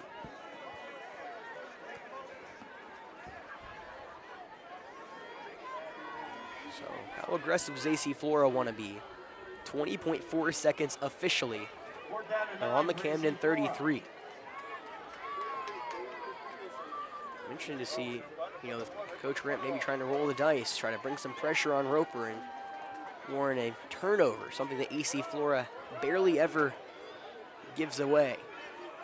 Between the hashes, 4th and 9 on the 33 of Camden. Wensky in the gun. Looking for the swing pass now, an early pass to Charlie Scott, who drops it. And Ooh, wow. I can't believe they didn't call anything on that. It was kind of a late play, no whistle, but Prescott came in and kind of shouldered Charlie as Charlie was on the ground. No call, but a big stop for Camden. Instead, AC Flora going back up to 4 scores. It does stay a 20-point game with 15.5 seconds, and turns over to the question, how aggressive does Camden want to be? They're 67 yards away from pay dirt. They do have all 3 timeouts, so they can take at least a shot or 2 downfield. We'll see if Coach Rimpf has that idea here as they set up on their own 33 between the hashes. Trips down low, 1st and 10. Stover comes in motion from bottom to top. Rimpf gets the snap, stepping up in the pocket. He looks downfield, and he'll just tuck this ball and run, angling past the 35 to the 40. He'll step out of bounds towards the AC Flora sideline. They'll mark him down. Looks to be around the 41 of Camden. AC Flora happily will go up a 7-yard scramble as now the clock at 7.4. Yeah, take 60% of the time off the clock. Correct. And now timeout called, Camden's first here of this first half. I don't think it'll matter, unfortunately, for the Bulldogs that they have 2 more remaining. Unless maybe Tough to get both of them. Not to say they could technically probably get 1 more of them if you do it right. I'm not sure if you can get both of them in. Yeah, if they wanted to throw it, 15 yards downfield or something like that, to then take a chance down. Yeah. One of the interesting things I talked to Coach Brown about is I texted him earlier this week and I said, Grayson Rimpf is the most prolific passer we've faced, I believe. We talk about how good Currents is for South Point, but his passing is just complemented so much by how shifty he is, how quick. I think Rimpf is more of a pocket passer. I said, how's it like been preparing for him? And he just said, he's a tough kid. We want to get to him and be aggressive. And, we want to definitely take a look at number 2, which so far, Falcons done a great job of limiting him. 2 catches for 14 yards for number 2, Tylen Drakeford. They're all-around athlete, senior. Almost nearly 1,000 all-purpose yards. He's just shy, standing at around 979 coming into the day, so he's just shy. So 2nd and 3, not that it really matters, though, but Camden on their own 41 near hash. Look, and now quick screen to the far side. Smith gets past the 40, goes to the 45 to midfield, bounces outside to the 45 of AC Flora and steps out of bounds. There will be a couple seconds left, unless he did step out of bounds at the 42 of AC Flora. So a 17-yard reception there to end technically the half right now. We'll check to see if they've added the second left.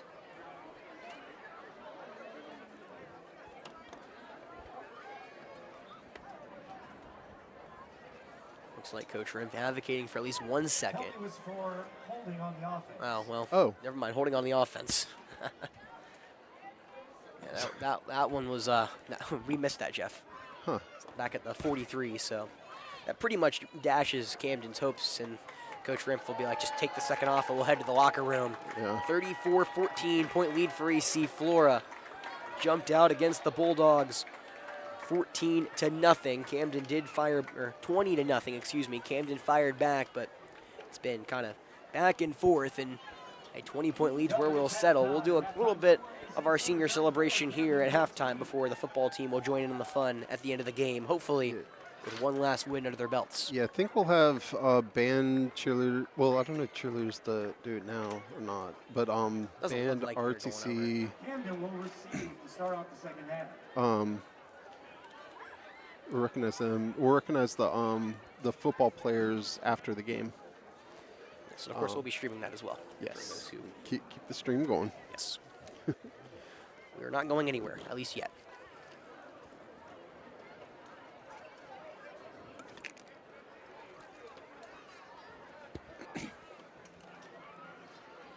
Are we not putting the balloons at midfield? This is gonna hurt me. Like straddling midfield. I guess maybe the pictures look better without the thick yellow bordered line. I hope so, right? Okay. Oh no. Okay, we're gonna screw it up. Okay. All right, well, I'll Well- turn this over to Jeff and his great camera work. Yeah. Yeah. So I'll switch to the field microphone so we can hear the PA announcer announcing the seniors. And I guess yeah, Alex and I'll be back in a bit. Yep.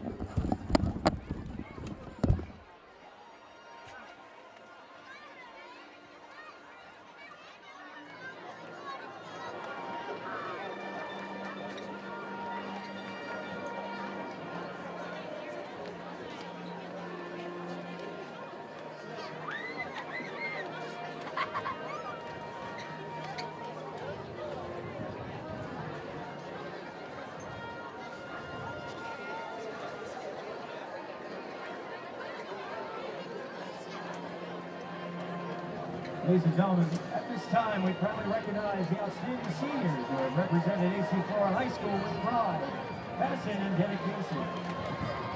Halftime is for our band seniors, ROTC seniors, and cheerleader seniors.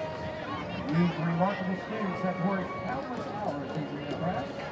With a performing powerful halftime serves demonstrating leadership and discipline from ROTC or energizing the crowd with Falcon spirit on the sidelines. As they prepare to take their next steps beyond AC Flora, we thank them for their commitment, their leadership, and the example they've set for those who will follow. So ladies and gentlemen, please join us in celebrating our 2026 AC Flora Falcon seniors.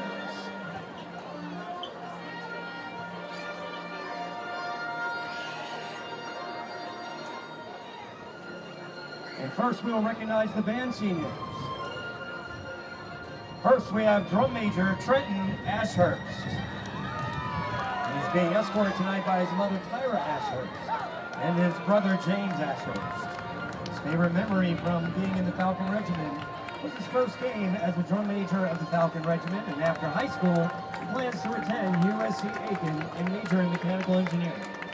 Ladies and gentlemen, Trenton Ashurst.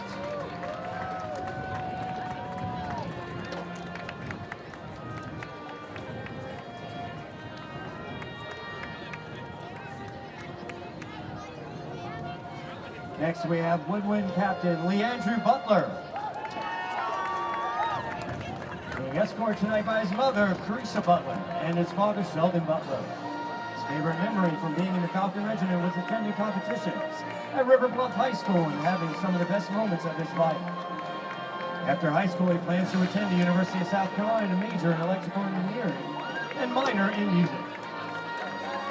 Ladies and gentlemen, Leandrew Butler.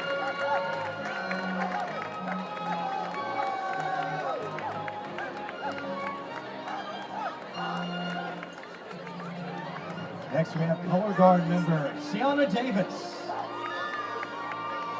She's being escorted tonight by her father Robert Davis and her mother Quintella Paul.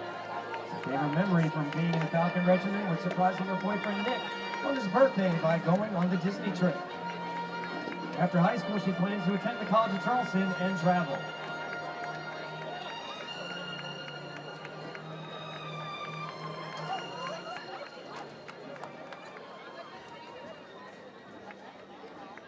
Ladies and gentlemen, Sienna Davis.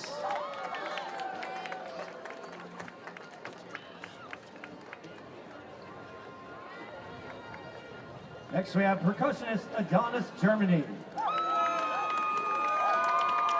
Adonis is being escorted tonight by his father, Anthony Germany. His favorite memory from being in the Falcon Regiment is when he got to see Bennett College perform at the Blythewood Band Competition a few years ago. After high school, he plans to join the United States Army and become an airborne ranger or combat medic. Ladies and gentlemen, Adonis Germany.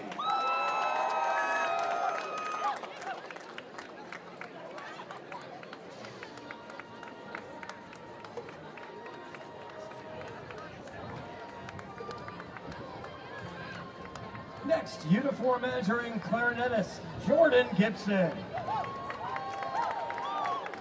Jordan's being escorted tonight by her mother, Denise Gibson, her sister, Madison Gibson, and her brother, Alex Gibson. Her favorite memory from being in the Falcon Regiment was going to competitions to perform and watching other bands perform. After high school, she plans to attend a four-year college to major in nursing. Ladies and gentlemen, Jordan Gibson.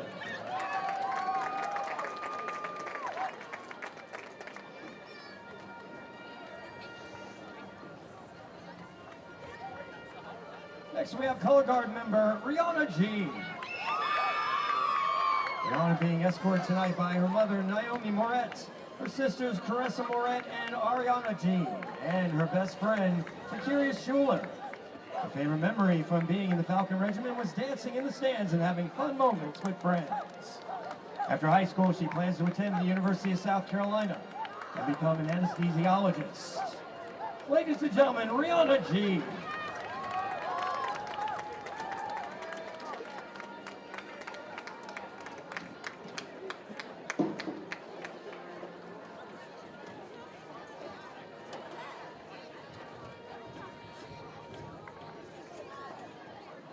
We also have color guard member Carissa Moret, and she is being escorted tonight by Naomi Moret, her mother, sisters Rihanna Jean and Ariana Jean. And her favorite memory from being in the Falcon Regiment was making new friends and performing flag work. And after high school, she plans to become a pediatric nurse.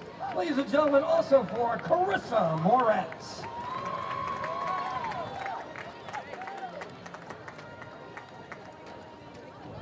Next, we have field captain, clarinet section member, Maurice Lai. Maurice is being escorted tonight by his mother, Ashley Edmonds, and his father, Maurice Lai Sr. His favorite memory from being in the Falcon Regiment was going to Walt Disney World last year and marching in a parade with his friends. After high school, he plans to enter the military, take up a welding career, and travel around the world. Ladies and gentlemen, Maurice Lai.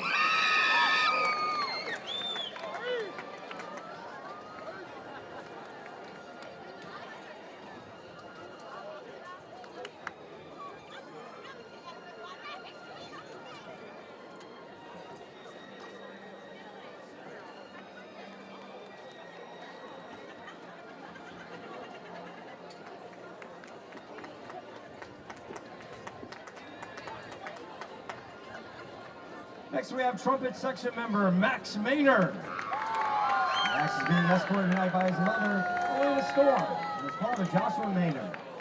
His favorite memory from being in the Falcon Regiment is his first time performing at state championships.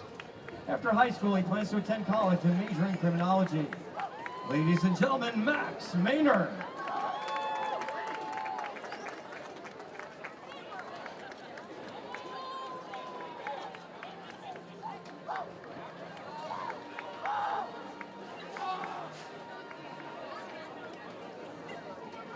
Next, we have color guard member Praise Mechanic. Praise is being escorted tonight by her sister, Alicia Mechanic. Her favorite memory from being in the Falcon Regiment was performing stand dances. After high school, she plans to attend a four-year college and study business administration.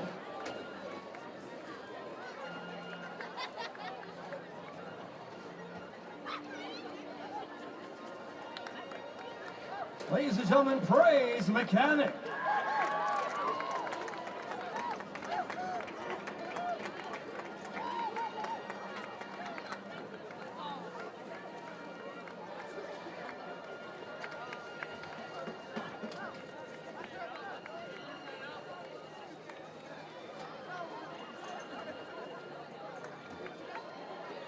Next we have trombone section member Antoine Outen. Antoine being escorted tonight by his mother, Sante Marshall. His favorite memory from being in the Falcon Regiment was going to Walt Disney World last year and marching in a parade with his friends. And after high school, he plans to attend the University of South Carolina to obtain a bachelor's degree in computer science.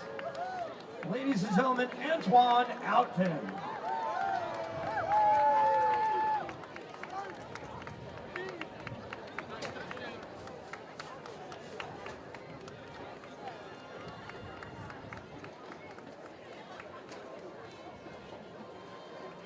Next we have color guard member Caitlin Page. Caitlin's being escorted tonight by her mother, Tamika Page, her father, James Page, and her sister, Ashley Booker.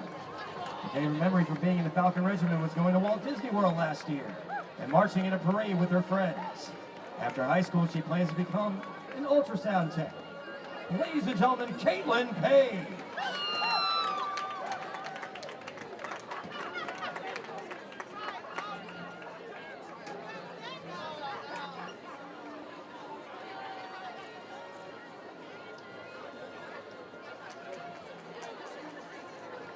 Next we have trombone section member Jericho Perez.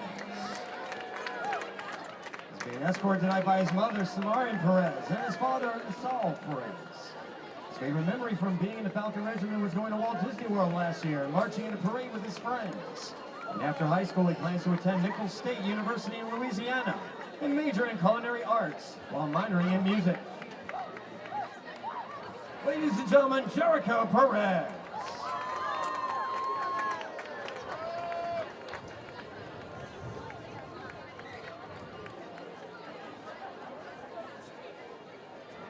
Next we have color guard member Shayla Peterson. Being escorted tonight by her mother, Satiri Peterson, and her father, William Peterson. Her favorite memory from being in the Falcon Regiment was getting ready for the games together. And after high school, she plans to join the United States Navy.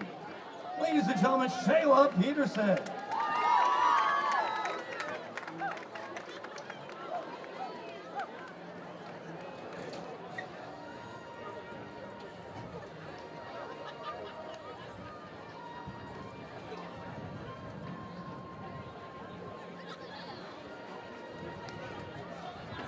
Next we have percussionist Jaden Turner. He's being escorted tonight by his mother, Lita Gunmore, and his father, John Wise. His favorite memory from being in the Falcon Regiment was going to Walt Disney World last year and marching in a parade with his friends. And after high school, he plans to go to college and become a lawyer. Ladies and gentlemen, Jaden Turner.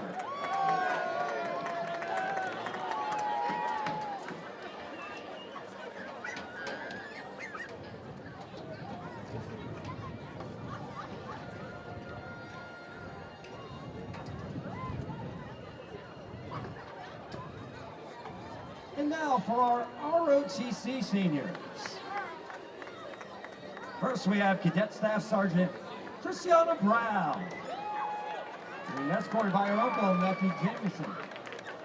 She has been in ROTC for 2 years and has earned the Good Conduct Ribbon. And after high school, she plans to get her RBT certification and become a registered behavior technician. Ladies and gentlemen, Cadet Staff Sergeant Christiana Brown.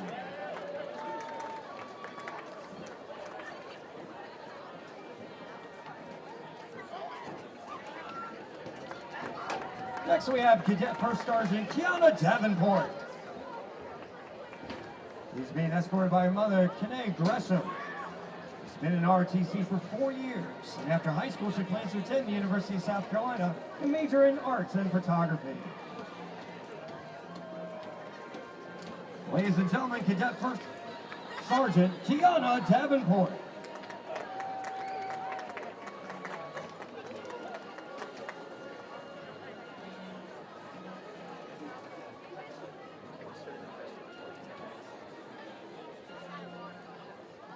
Next, we have Cadet Corporal Adonis Germany.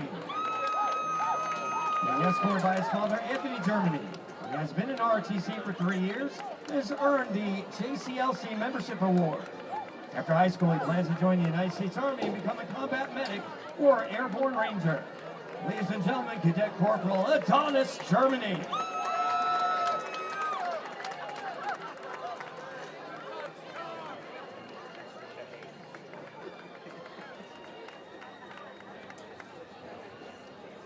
Next, we have Cadet Captain Praise Mechanic.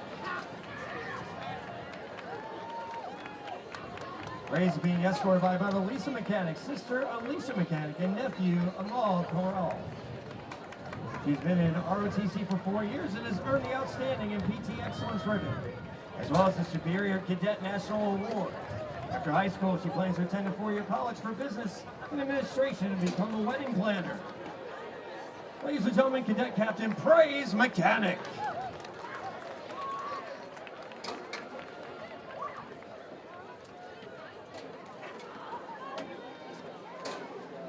Next we have Cadet Carla McCray. Carla's being escorted by her mother, Alicia Wilder. She's been in RTC for 1 year and has earned the Color Guard ribbon. After high school, she plans to attend UNC Pembroke and major in biology. Ladies and gentlemen, Cadet Carla McCray.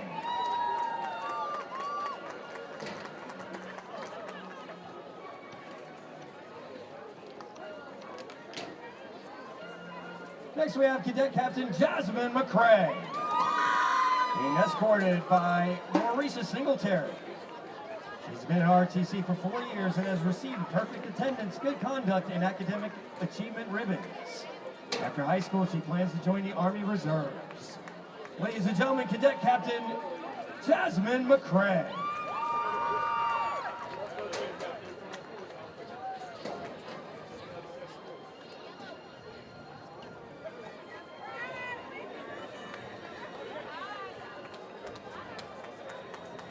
Next we have Cadet Captain Alicia McNeely.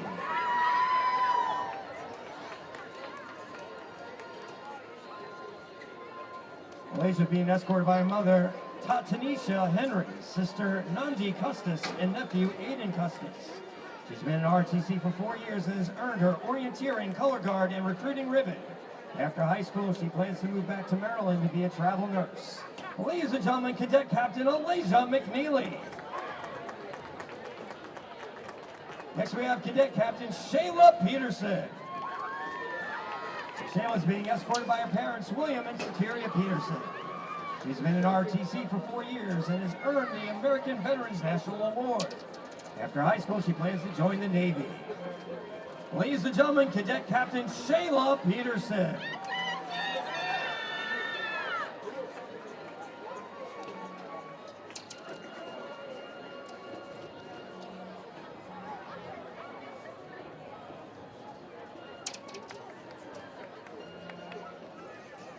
Next we have Cadet First Sergeant Zion Roush. And Zion is being escorted by her mother, Kenyatta Rush. She's been in RTC for 4 years and earned the Celebrate Freedom National Award. After high school, she plans to attend the University of South Carolina and get her associates in applied science. Ladies and gentlemen, Cadet First Sergeant Zion Rush.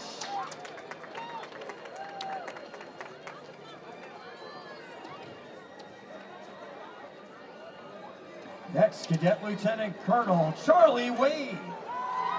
Charlie being escorted by her father, Brian Wade, and mother, Lynn Becker Wade. She's been in RTC for 4 years and has earned the MOAA National Award, American Legion General Military Excellence National Award, and the West Point Leadership Book Award. After high school, she plans to attend the University of South Carolina, major in psychology, and become a pediatric psychiatrist. Ladies and gentlemen, Cadet Lieutenant Colonel Charlie Wade.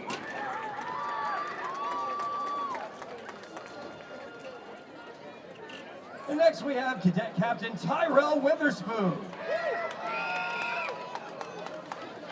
Being escorted by the School Resource Officer, Deputy Williams, teacher Mrs. Workman, and sister Hayden Templeton. He's been in RTC for 4 years and has earned the Cadet Challenge, PT Excellence, and Outstanding Student ribbons. After high school, he plans to join the Army National Guard and get his bachelor's degree in legal studies. Ladies and gentlemen, Cadet Captain Tyrell Witherspoon.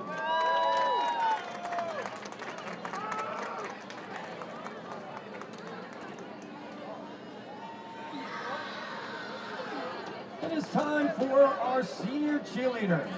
First, we have Patricia Colon Valentin. She's being escorted by her parents, Raul Colon Rivera and Evelyn Valentin Del Rio. She's been an AC Flora cheerleader for 2 years and has been an excellent addition to the program. After high school, Patricia plans to attend a four-year university, major in meteorology and minor in broadcast journalism. Ladies and gentlemen, Patricia Colon Valentin.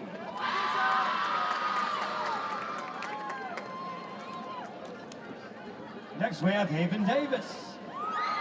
Haven's being escorted by her parents, Trey and Jovan Davis. She's been an AC Flora cheerleader for 2 years. Has been a continuous light in the program. And after high school, Haven plans to go to Coastal Carolina University and major in early childhood education. Ladies and gentlemen, Haven Davis.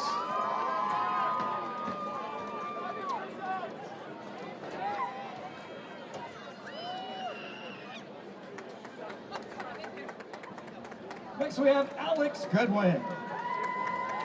Alex is a 6-year returner and has been on varsity for 5 of those 6 years.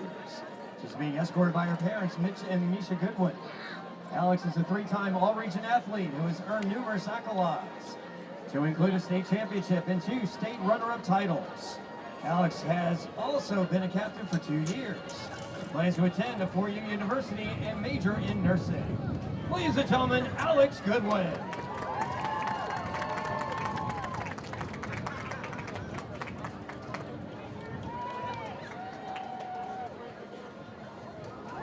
Next we have Killian Johnson.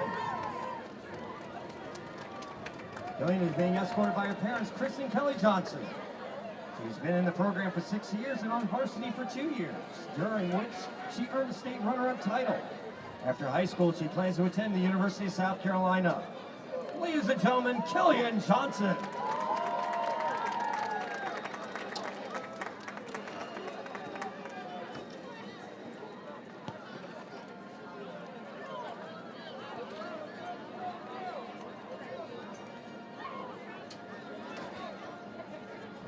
Next we have Madeline McCarter. Madeline's being escorted by her parents, Chris and Stephanie Cycle, and sister Carly Cycle.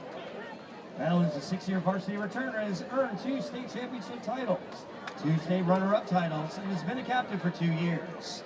Madeline plans to attend the University of South Carolina and major in sports media. Ladies and gentlemen, Madeline McCarter.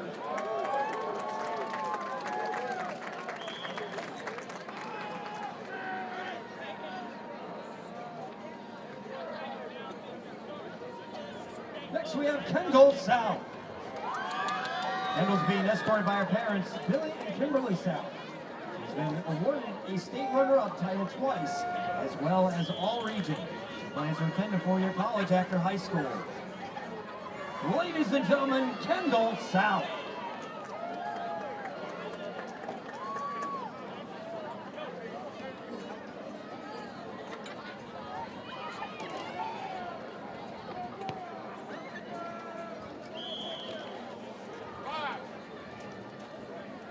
Next we have Erin Williams.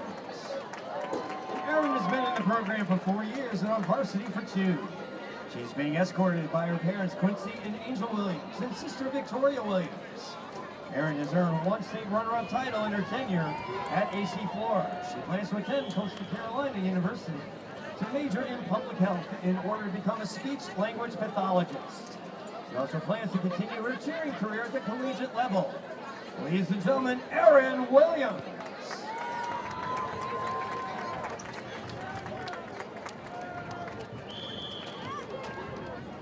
We also have one athletic trainer we want to recognize tonight. We have Helen Swain.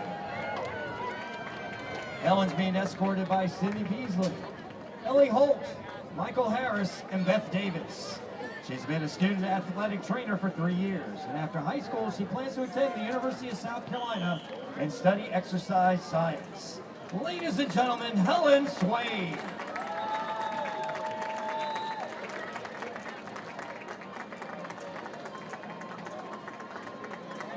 gentlemen, a big hand for our Falcons seniors.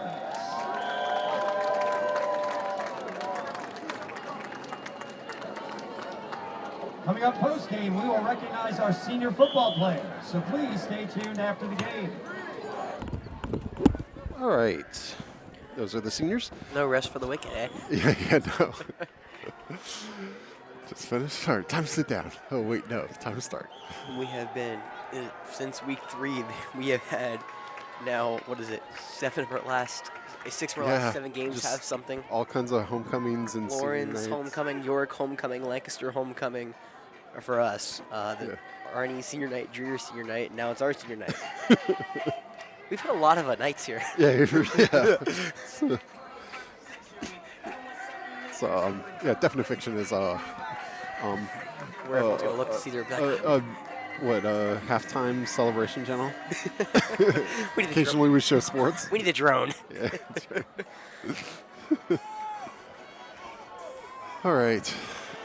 All right. Hopefully more of the same. That's the plan, right? You just want to beat him into submission is the plan. However, Camden gets the ball to start the second half, so that is one of the scarier things. It's under 60, feels like just about 50 with the wind. I'm assuming the wind makes it a little colder here and there, but not a fun spot, Jeff, to be in right now for us. But an interesting spot for Camden. At the end of the first half, they scored a touchdown and the 2 late with 80 seconds left to go in the first half to cut into the deficit. They trail 34-14, and now they get the ball to start the second half after turning AC Flora away. The first time the Falcons have yet to score in a drive so far tonight.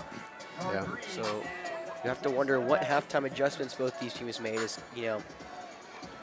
Coach Rimp did all of his, praising of Flora, but he takes pride in this team's toughness, and so far they're showing that toughness without going away quite. We'll see if the Falcons can utilize a strong first half and take this one.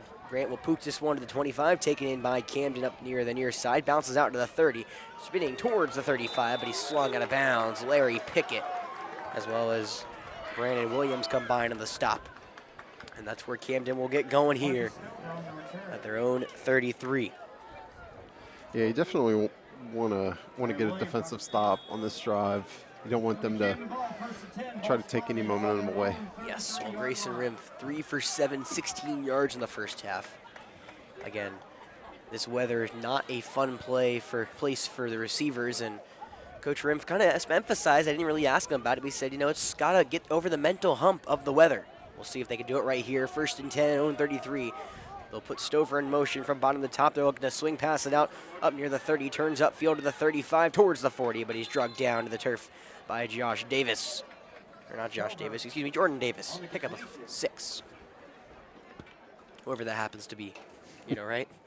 One of these people. Those are different people. They are different people, but, it's fine. Stover's first reception, 6 yards, as Camden moves to their own 40. It's actually 7 yards, so it's 2nd and 3, rather. On the far hash, on their own 40, going from left to right, Camden. Now looking for a pass over the middle. It's tipped and almost picked off. Intended receiver was Honor, the tight end. I think it was PB who got his hand on it. Yeah, he's done that before.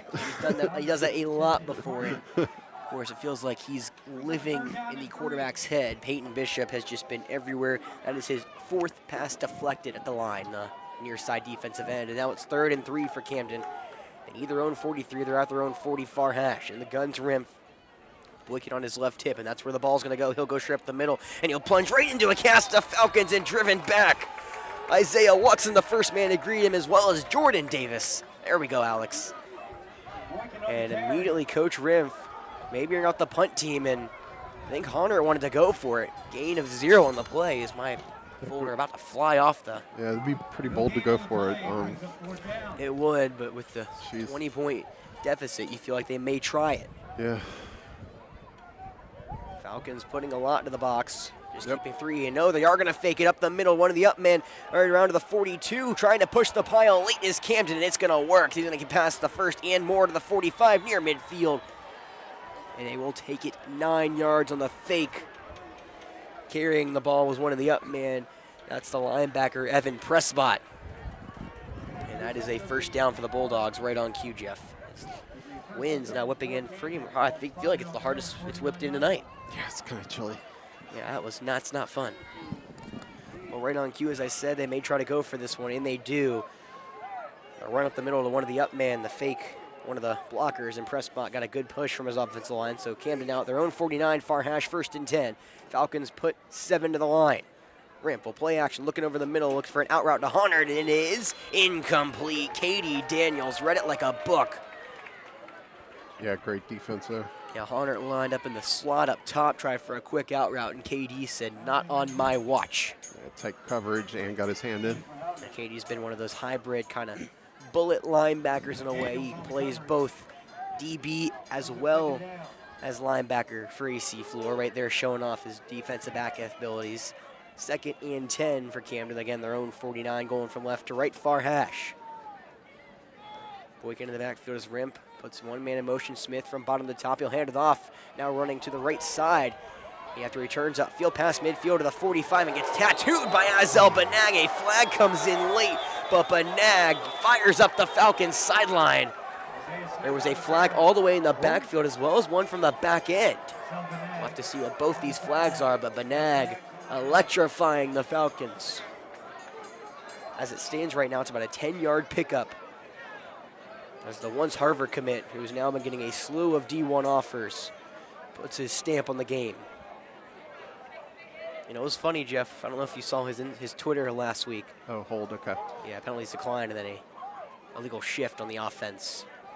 And it will be accepted. It'll be 2nd and 5. Okay. But I don't know if you saw his Twitter, as El Banag putting out a just plethora of highlights of just his hits. He had enough of them last week to do that for himself, about 3 of them or 4 on one Twitter post. Yeah, it's hard. He's shown it off lately. That's yeah, another just, one. Just saw it. 2nd and 15 for Camden. Far hash on their own 44. Rimp in the gun. He drops back, pump fakes, now looking for a stop and start on the far side. Flag comes out in the backfield as Rimp will just throw this one to the Camden sideline. Incomplete. It was Blake Batet all over Drakeford, I believe, who was trying to do a double move.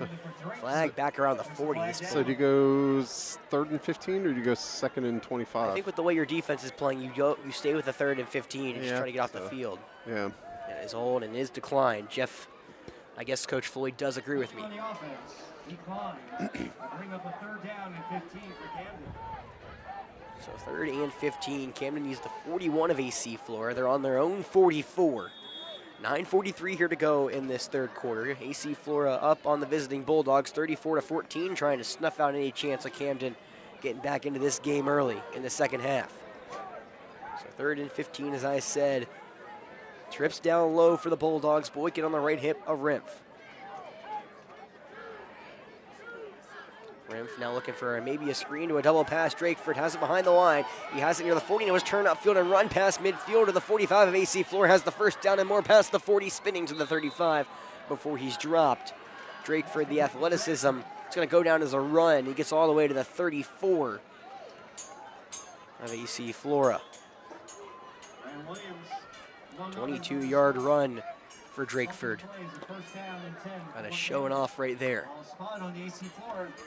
Looks for a double pass, just said tucked it and run and got enough. So 1st and 10 for Camden. They're now on the Falcon 34 on the near hash.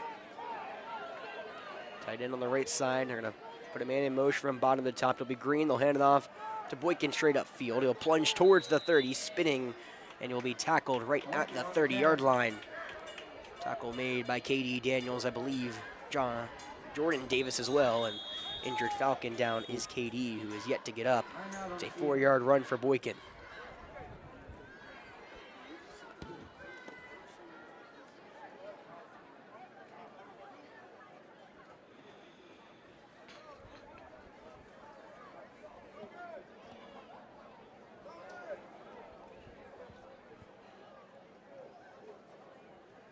Now the wind's just kind of persistent in their backs, Jeff, as you're... Yeah, it's not fun. No, the cheerleaders are huddled up over there, if you can't tell.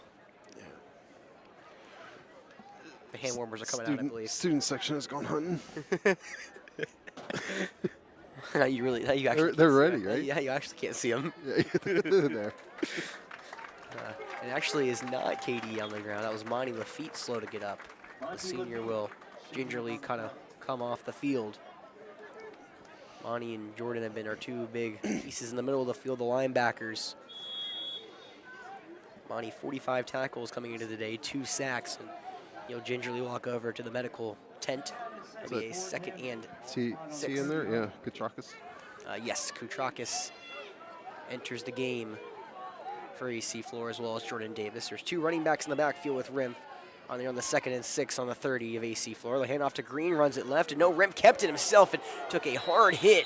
Helmet came flying off as for the DB Peyton Bishop. Rimpf lowered his shoulder. It was a 4-yard pickup, but not enough for first down yardage. I thought Rimpf handed it off. He did not, and technically paid the price for it. I believe him and PB paid the price. PB's helmet came off, so he's off the field here on the 3rd and short. 3rd and 2. Camden on AC Flora's 26. They need the 24 between the hashes.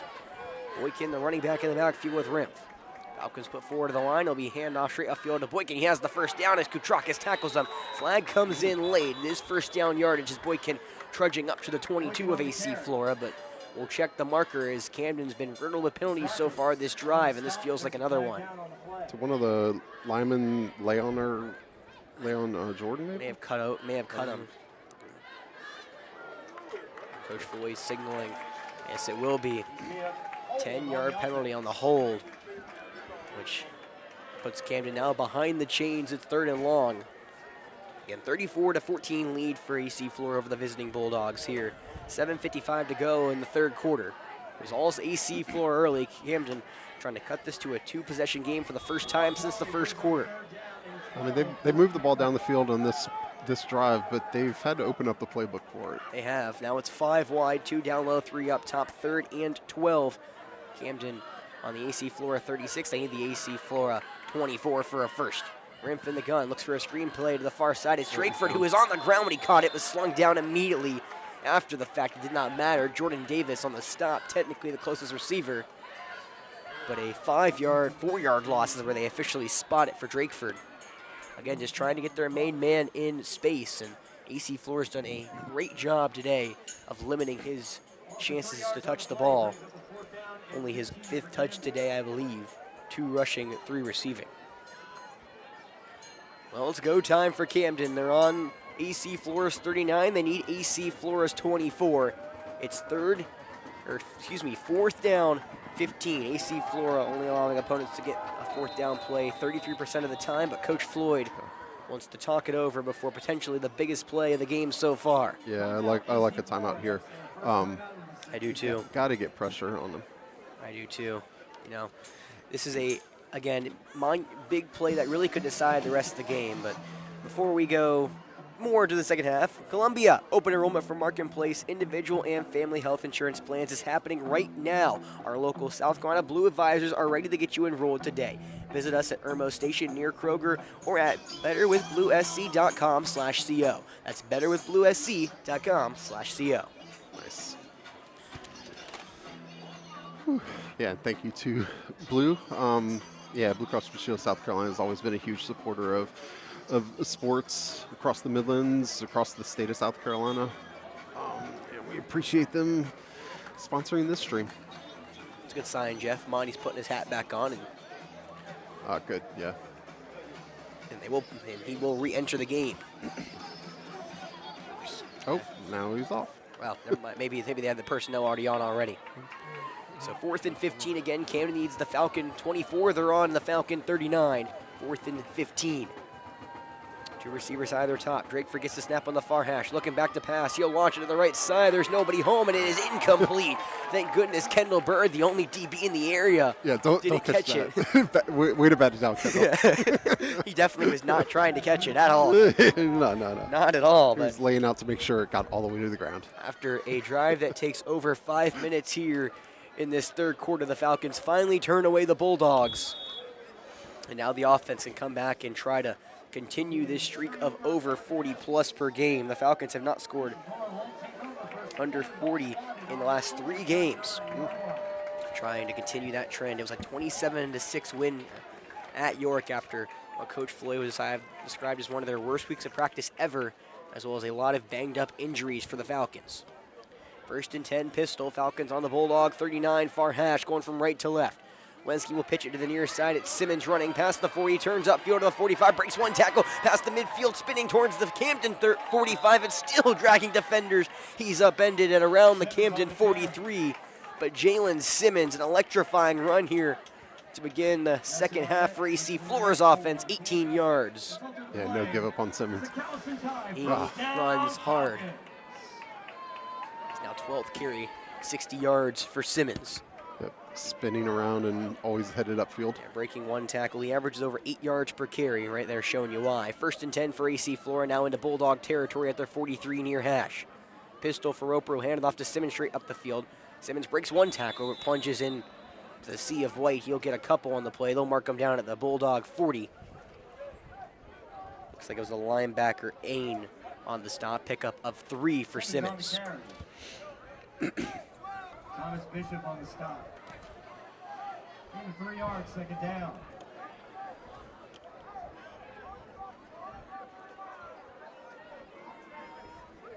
Roper 10 for 16, 203 through the air in the first half. 2nd and 7 at the Bulldog 40 near hash. Pistol for Roper, the quarterback. He'll play action. Now looking to the flat to the far side. It is dived in, caught by Mattet. He will hit the deck at the Bulldog 38. Of course, high school rules means he's down right where he hits the ground. Only a 2-yard reception. That is Mattet's 3rd reception. Roper's done a great job of just spreading the ball around. 6 receivers with the reception today. Short gain on the play brings up a 3rd down and 5 for AC Flora. So 3rd and 5 for AC Flora. They need the Bulldog around 38 for a first. They're on the Bulldog, the Bulldog 33 for a first and on the Bulldog 38. In the gun, far hash, Roper gets the snap, dropping back. Looking for a pass near side, caught at the 30 by looks to be Josh Davis, and he turns upfield, that's Kendall Bird. Kendall's been off the field a couple of the last weeks, and I gotta get the numbers back, but that is exactly who it is. Kendall Bird, 9-yard pickup from Wenski to Bird, and it's good for a 1st down. Yeah, Davis being number 2, Kendall being number 3, they're so similar. And Kendall slow to get up. He'll step off the field, allowing Blake Mattet back onto the turf. 4:30 to go here in the 3rd quarter. AC Flora up 34, looking to add to it. AC Flora lines in the pistol. Simmons right behind Wenski. Mattet comes in motion from bottom to the top. They'll play action to Simmons, now looking for the flat. Roper stops on a dime, looking downfield. Now he'll throw wide open. No! Dropped inside the 20 was the tight end, Grady Bell. He had it at the 16. May not be a touchdown, but definitely some space to work with. That is the 4th big-time drop I feel like the Falcons have had today. And yeah, it was, slightly behind him, but he has to catch that. it does. Unfortunately, I think the weather is starting to play a factor. It was Coach Rimpf who said, you got to beat the mental factor of the weather, it being cold really for the first time this season. It's affecting both teams here tonight. I think that was a case of just he knew he was wide open. And it was a little behind him, too. I think, I'll blame the cold. It's fine, Grady. 2nd and 10, Falcons on the Bulldog 29. Near hash, Wenski will hand it off straight up the field to Simmons, who starts to the 25 and then barrels his way to the 23 of the Bulldogs where he's tackled. Looks to be the defensive end, Tyler Edwards, on the stop. But 23, so a 6-yard carry for Simmons. Brings up 3rd and short. Just one of those, like Marcus Lattimore falling forward 6-yard gains. Yes, it was one of the, I feel like he always leaning forward. He exploded sort of through the hole in a sense. Yeah. 3rd down and 4. And now Wenski coming off the field will be Benag coming onto the field. We saw how that play worked for a touchdown earlier where he had the 1 yard from the 1-yard line. Now he's the man in the gun.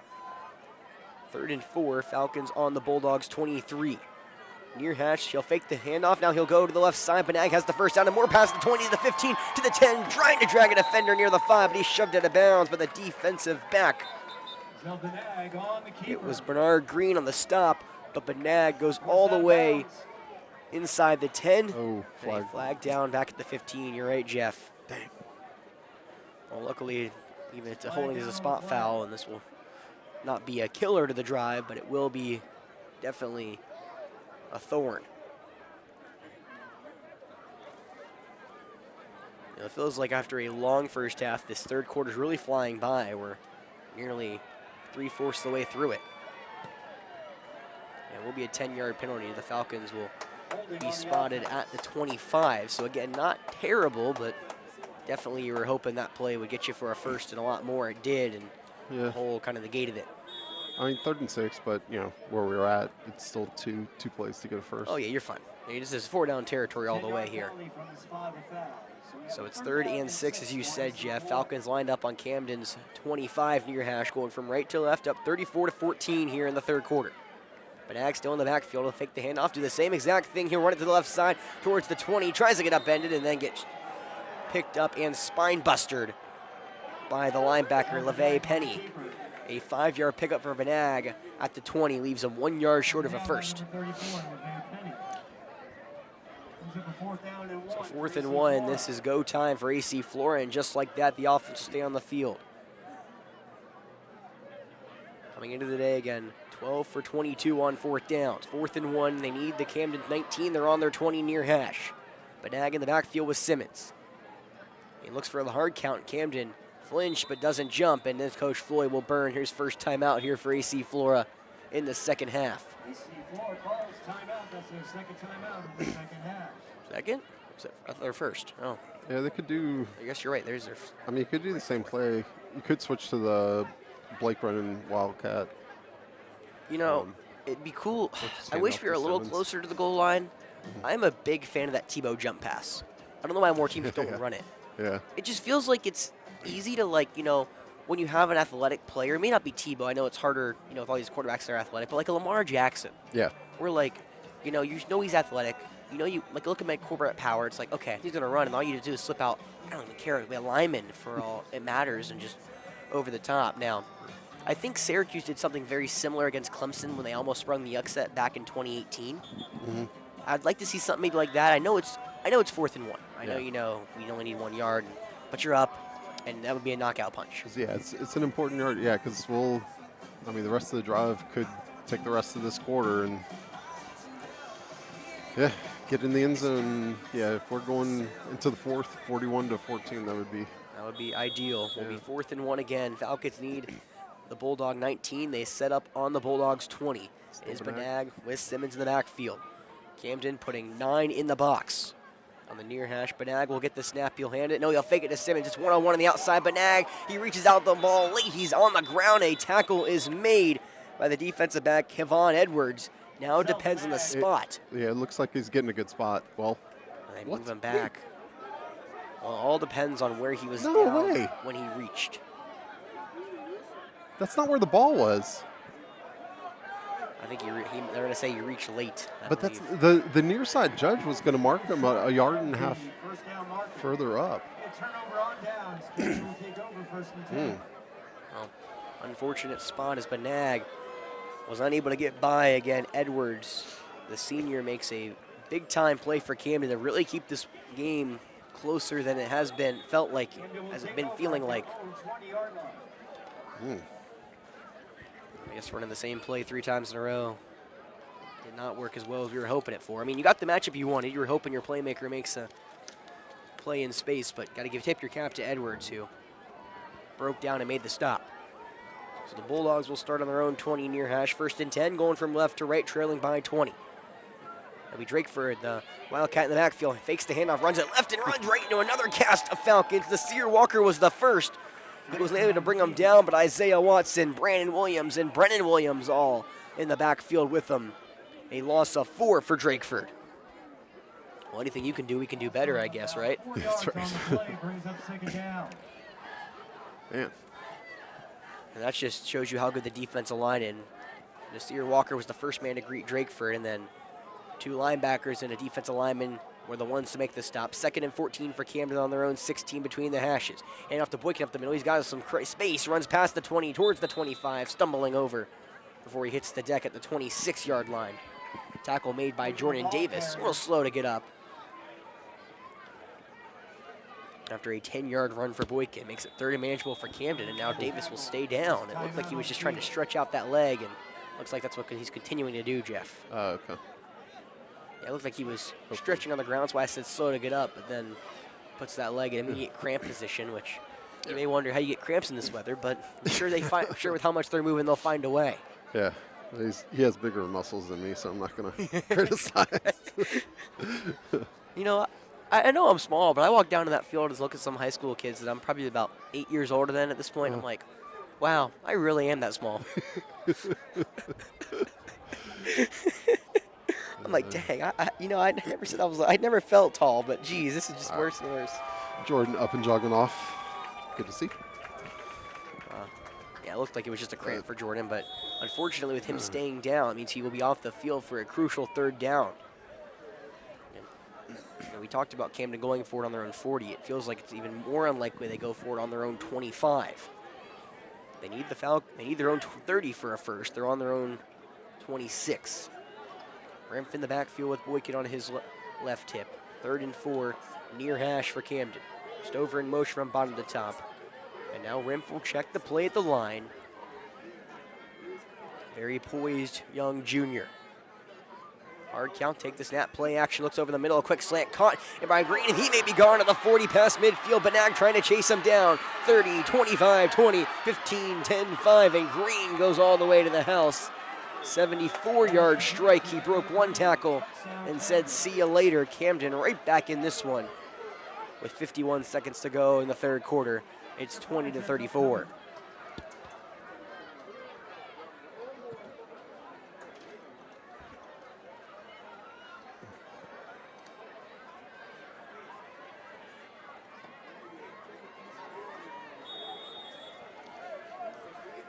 Set up for an extra point.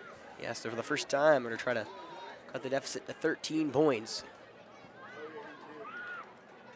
Good snap, good hold. Extra point is low, but it will sidewind through.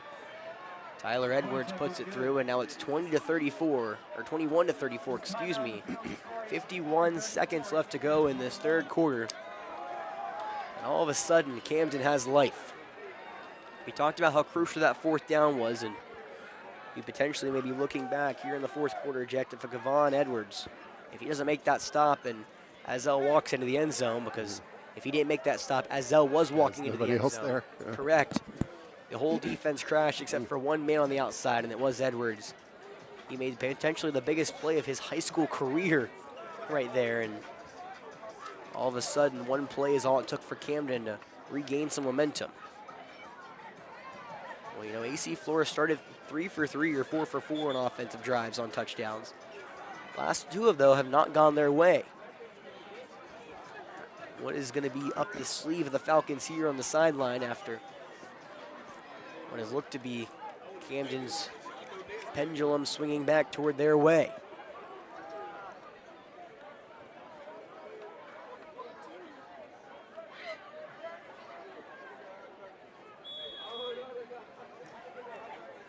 Tyler Edwards will kick this one off from the 40.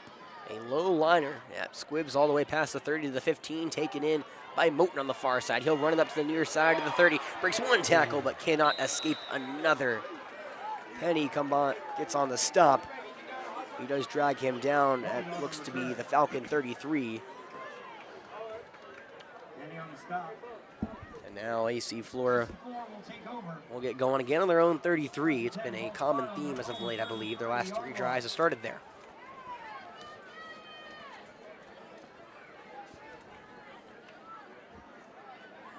Roper-Wensky over 200 yards now through the air on the day. It's closing in on 8,000. 1st and 10 for AC Flora in the gun. Roper looking for a quick curl route near side of Josh Davis at the 38, gets past the 40 and shoulders a man to the 43 before stepping out of bounds. Josh Davis kind of nodding. He's like, all right, let me get into a groove.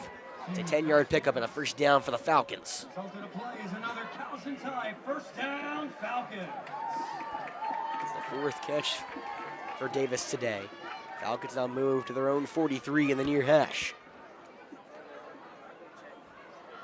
1st and 10 for the Falcons, near hash in the gun. Wesky hands it to Simmons. He runs it right, cut it back upfield to the 45, trying to get to the 46 before he's shoved back.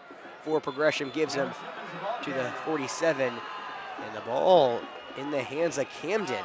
Officials saying he was down, and they stop forward progress to the 47. Play clock ends here in the 3rd quarter, as Camden was hoping to maybe catch a break.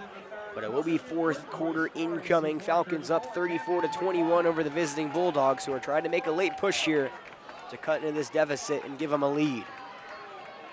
And never going to be easy, though, Jeff, was it? No. I mean, it's a good team. When you're playing a good team, you know, you can't ever count them out. So. It's never over until it's over, and right on cue, Camden showing signs of life really for the first time all day. It has been an AC Flora kind of game pretty much from start to almost finish, I would say, but right now there's a chance that Camden could really do us in.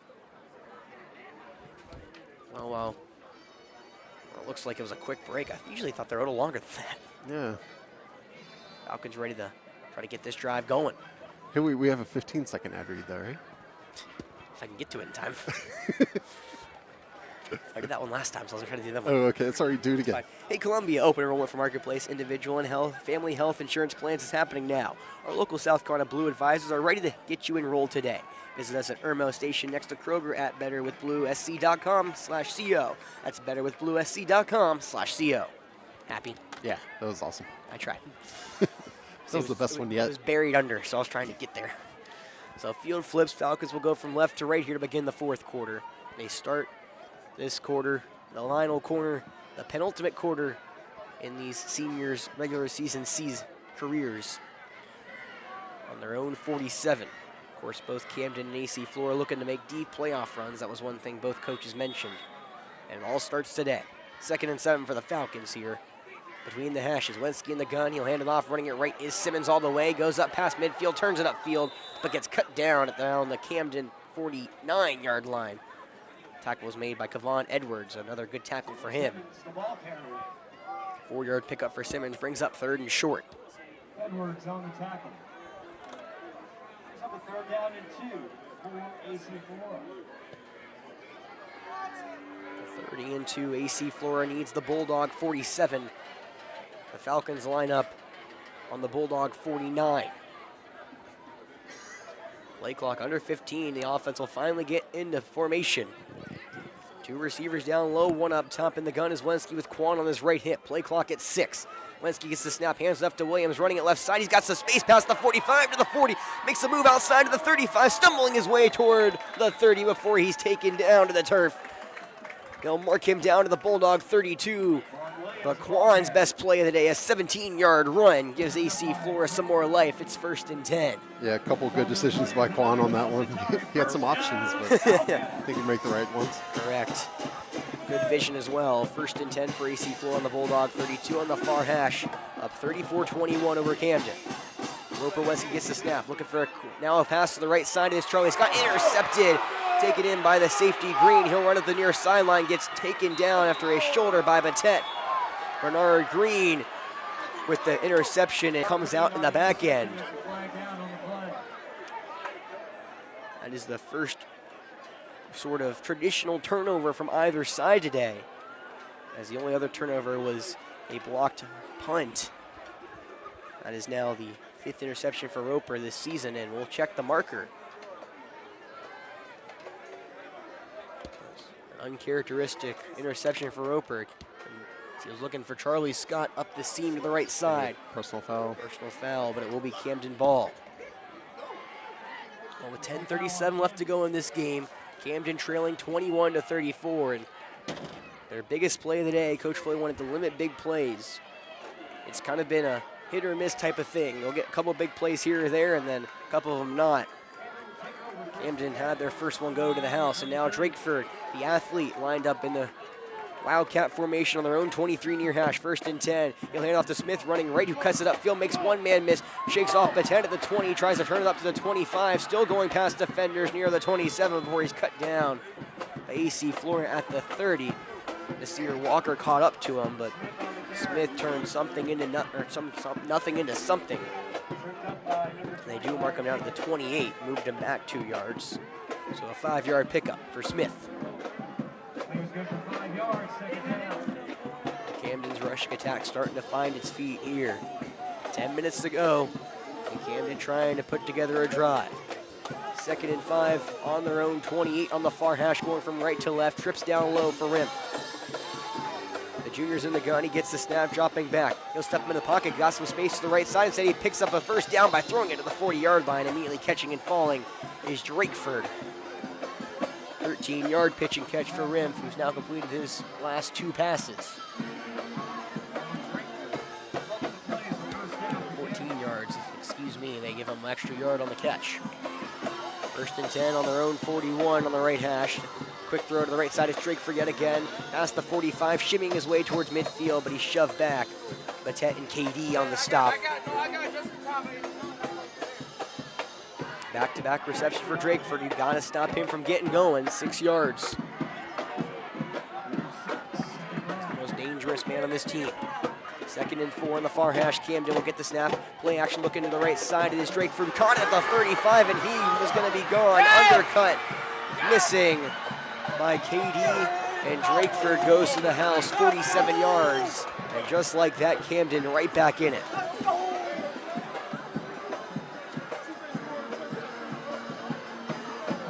Can only hope to contain him. Drakeford finally gets going. Now his 6 catch 4 on that drive, none bigger than the capper.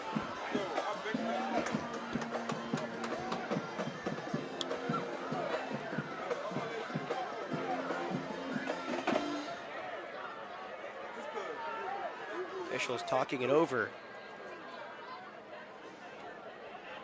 I'm not sure what they're talking over. Maybe unsportsmanlike conduct. There was some chirping between Daniels and this will be Drakeford at the end. interesting. So, do we move him back 15 yards for the extra point? I believe so. I think in this situation. Right now it's 34-27. Camden, after getting the 2-point conversion, AC Flora had one of theirs blocked. It's kind of been hit or miss. Camden is now, it's a touchdown good, of course, after the play personal foul on Camden. I think in this situation, you move him back 15 yards. Taking on the kickoff. Interesting decision by Coach Floyd. If we move back 15 yards, the extra point really comes out of play. Now Tyler Edwards trying to cut the lead down to 6, 34-27.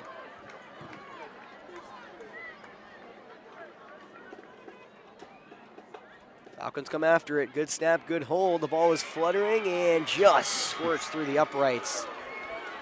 28-34, and just like that, here we go. Oh, man.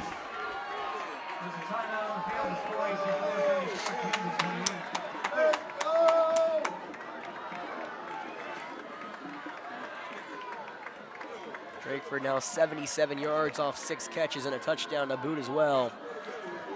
Riv, after completing his last 4 passes, is 8 for 16, 166 yards. How quickly his numbers go up.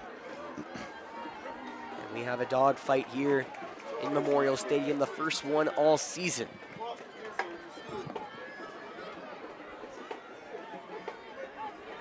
Camden has had to win games against White Knoll 20-7, Lugoff Elgin 35-14, as well as some earlier games like Hartsville, their closest one, 41-31.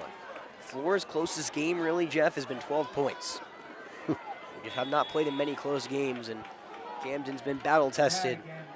Coach Floyd said he's confident in his abilities. We will see how these seniors respond on senior night. 9 minutes flat to go. Edwards will squirt this one, and a flag comes out offsides off the Bulldogs. It was a smart play. I believe it was actually Long who got a hand on it, Jeff. One of the front linemen for AC Flora just to kind of bat the ball down, trying to give the kickoff return some better. Instead, it's a 5-yard loss for Camden on the kickoff, and now they'll have to boot it away from their own 20.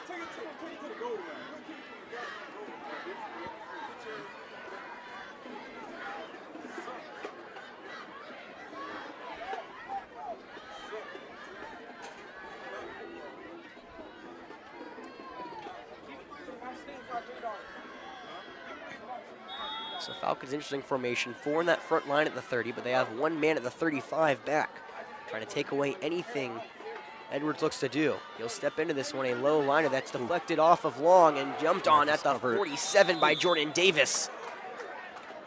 The Falcons will get the ball in plus territory, a heads-up play. All Long had to do was bat it down, and it was taken in by a Falcon. And so AC Flora gets some good starting field position here, pretty much around where the turnover occurred. Well, both coaches said winning the turnover battle was what was going to decide this game. It's one apiece right now. AC Flora blocked a punt. Camden picked off Roper. The senior sensation will come out here after his first turnover of the game. And he'll see if he can put some life back into this team. He's yet to score in the second half. 1st and 10 on the Camden 47 between the hashes. Wenski hands it off to Simmons right up the gut. Shaves off one tackle to the 45. Dragon defenders still pushing towards the 40 before he's shoved back. For Bulldogs is behind on the stop, but a hard run of 6 yards. 83 yards for Simmons off of 17 carries, the main bell cow for AC Flora. 2nd and 5 now. The Falcons taking their time. Game clock at 8:30 here. As Charlie having to come in, run on. Play clock now at 10. AC Flora only has 1 timeout left here in the game. Play clock at 5. Falcons running into formation. 3, near hash 2, gets it snapped, hands off to Simmons, straight up the field to the 40, plunging towards the first down marker, getting a late shove towards it, and he gets stopped right at the markers where they spot him. 5-yard carry, maybe a 6, and it is a first down for the Falcons. Well, Jeff, this is where the run game can really come into play. AC Flora is going to try to burn as much clock as they can. It is going to be a 6-yard carry for Simmons and a first down as he gets up to the 36 of Camden. Game clock under 8, play clock under 20. Near hash going from left to right, up 34-28 over Camden. Wenski in the gun, Simmons on his left hip, 8 in the box for the Bulldogs. Wenski gets the snap, hands it off to the right side of Simmons, trying to follow his blockers, cuts pass upfield to the 35, spinning towards the 30 before he's taken down by Penny at the Bulldog 30. 6-yard carry as this is turning into the Jalen Simmons show. Penny on the stop. 19 carries, 93 yards. Simmons looking for his 3rd 100-yard game of the season. Falcons trying to prove their toughness here against one of the toughest teams in the state. 2nd and 3 for AC Flora. They get the ball at Camden's, looks to about 29.5-ish on the near hash. Wenski in the gun. Guess who? Simmons straight up the field yet again to the 25. Still trying to drag a defender near the 20, but gets shoved back at the 24. Another hard run for Jalen Simmons. This time gets 5, and it's good for a first. Simmons at 99 off 20 carries. And the Falcons just trying to take the will out of the Bulldogs. This is how you do it. Just run down their throat.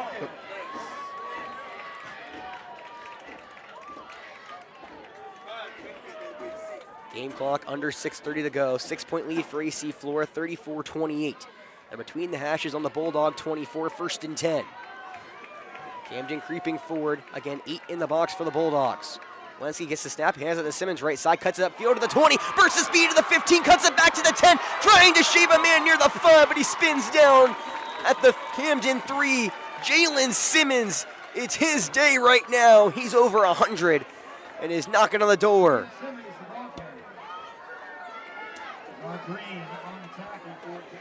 The LR transfer didn't start as the main running back, Jeff, but he's taken the helm here late. He'll get a break after doing all the heavy lifting this drive. They start at the 47, 44 straight yards for Jalen Simmons.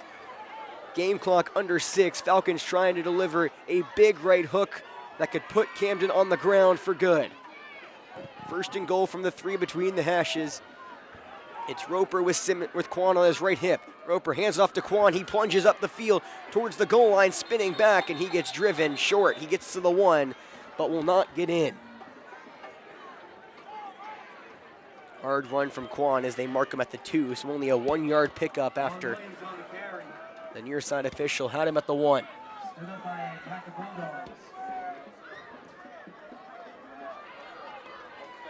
And now Spinney will replace Charlie Scott. Speedster on the 2-yard line would have to run a lot of horizontal movement to make that speed that much more effective, which he does a lot in the baseball field, but not here. Game clock under 5, play clock at 5. Between the hashes, 2nd and goal on the Camden 2. Roper hands off to Quan, he runs it up the field, spinning towards the goal line. Did he get in? They say no, 1 yard shy, 3rd and goal.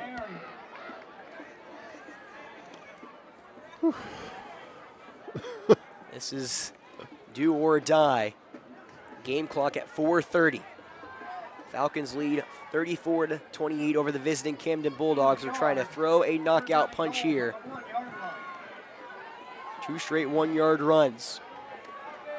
Looks like they're in no hurry to get the play in. Game clock at 4:15. Play clock now at 10, and the Falcons won't even snap the ball here. They're going to talk this one over as Coach Floyd will burn his 3rd and final timeout with 4:01 left to go in this game. Timeout AC Flora. That's their 3rd and final timeout of the second half.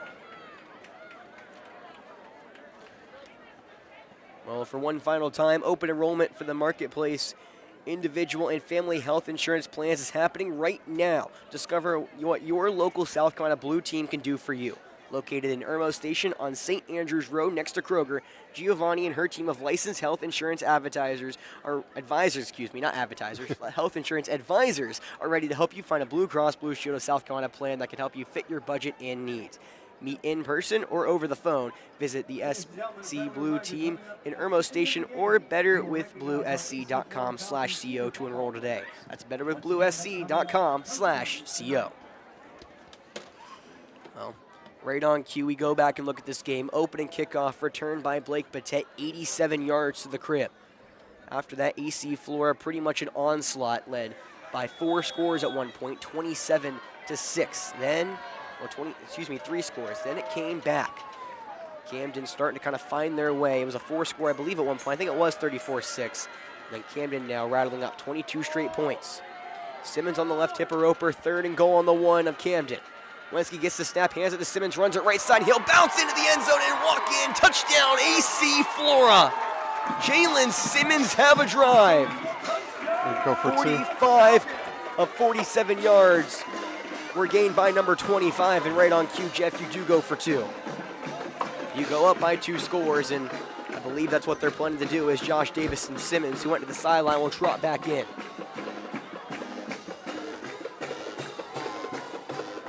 Jalen Simmons went over 100 yards last game against Trier 2 weeks ago off of 11 carries.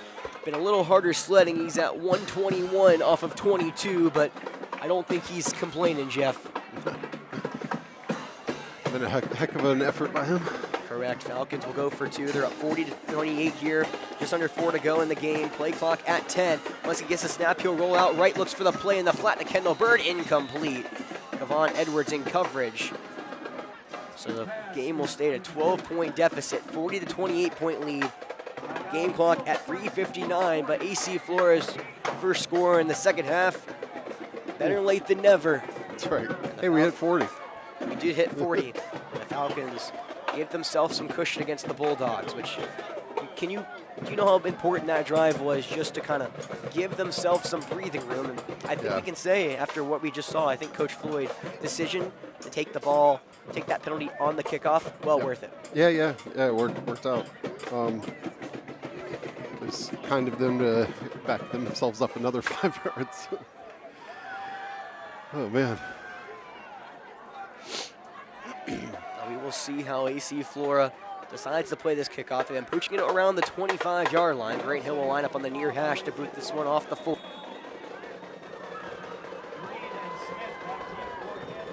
Grant Hill will pooch this one now up near the 30. It is caught in, taken in by a Bulldog at the 30, trying to shake and bake in the near sideline to the 35, and swung out of bounds inside the 40. Dub on the stop for AC Flora, and that's where Camden will get going. Jeff. You know what? Like, talking about bold moves. Grant could have done a McAfee on that. I was really gonna say anything, but I was like, I don't want to say anything. But they weren't expecting that, because they were like 4 yards off and then dropping. Usually your first instinct's to go back. Now I just don't think we would have tried in that situation, just because the risk was so. It would have been pretty bold. It's been very bold, but I saw that and I was like, geez, if the Camden coach weren't right next to me, I might say something. Yeah. First and 10 for the Bulldogs. They line up on AC Flora's 37, now trailing by 2 possessions yet again, where they found themselves for most of this game today. They trail 40-28, and timeout called by Coach Rimpf. Oh, did they go timeout? Yes, they did go timeout. Wow, they called a timeout to avoid. I would take the 5-yard penalty probably. I mean, Yeah, I'm not sure what the game plan, and especially what's really bad is off a kickoff, which... No, but I mean, down 2 scores. No, I just mean like it's a bad timing, but yes. No, yeah. Like I would have taken 5 yards back. Yes, I agree.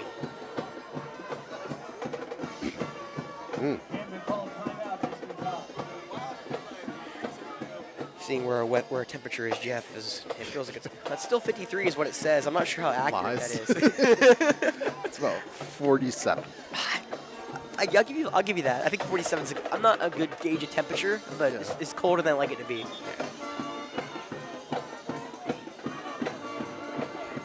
Well, it was obvious what Camden's game plan was their last possession. Get it to number 2, Tylen Drakeford.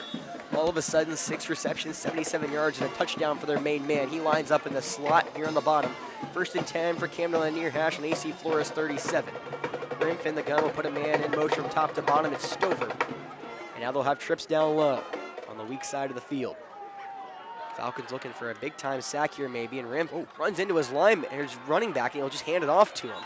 Not the best gain, only a 3-yard pickup for Boykin, who I just don't, or not Boykin, excuse me, Smith. I just don't know if he was expecting the handoff, Jeff. Yeah, going from having to call timeout to a 3-yard run. Yeah, it's not ideal. Play clock's not getting any slower for Camden.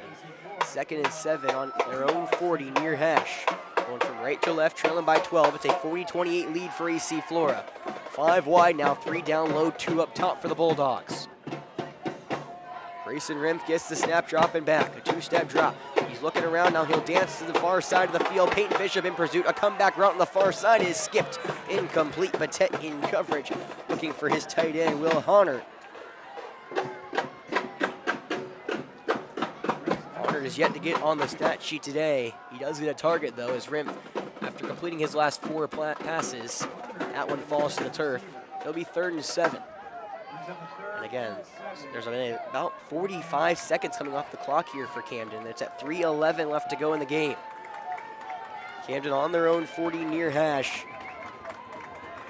Trying to provide some life yet again here late. Rimpf in the gun, Boykin on his left hip. Green goes in motion from bottom to the top. Now let's throw a screen to Smith here near side. Has some grass in front of him to the 45, to the past midfield, to the AC Flora 45. Ball comes out. Isaiah Watson has it. Smith was getting tackled. I didn't even see the ball come out, but the Falcons get their first defensive takeaway of the day. And that may wrap this one up. You know what was interesting is I'm not sure the officials saw it, but the reaction of the receiver on the ground. He knew it. He knew he fumbled. Yeah. Smith was face down in the turf, and he just knew it. That is. I mean, there may have been an official who did see, but they didn't make an obvious call when they were jogging in. And of course, Jeff, it's not Azell, but the next best guess, Nasir Walker, the defensive end, tracks him down, strips it out, and the Falcons will take over at their own 38 with 3 minutes left to go. A couple first downs, ice this one away, and the tight formation comes in. Falcons will pitch this one near side. It's it's Quan running near side, barreling through defenders. A hard run past midfield. Looked like Azell for a second. I wasn't able to see the number, and the 7 looked like the 1. Yeah, he was running like Azell. He was. He gets all the way to the Camden 46. Goodness, I was like, it has to be. I was like, no, it's not. Yeah. 16-yard carry.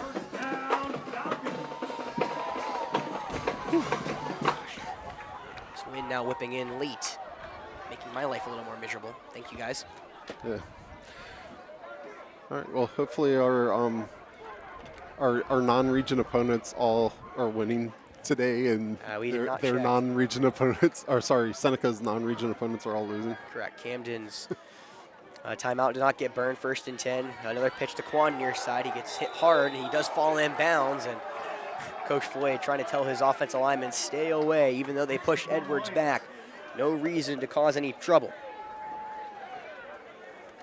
2-yard carry for Quan after an 18-yard burst the previous play. Yeah. That play clock will run. Camden only has 2 timeouts, so they It's need. interesting that they're not calling one there. I think you're supposed to. Technically, I have a friend that's very into analytics, and you're supposed to Yeah, wait for the first and then call the next 2. Yeah, but I mean, it doesn't really matter in the grand scheme. 2nd and 8 for AC Flora on the Camden 44 near hash. Hands it off straight up the field to Quan in the pistol.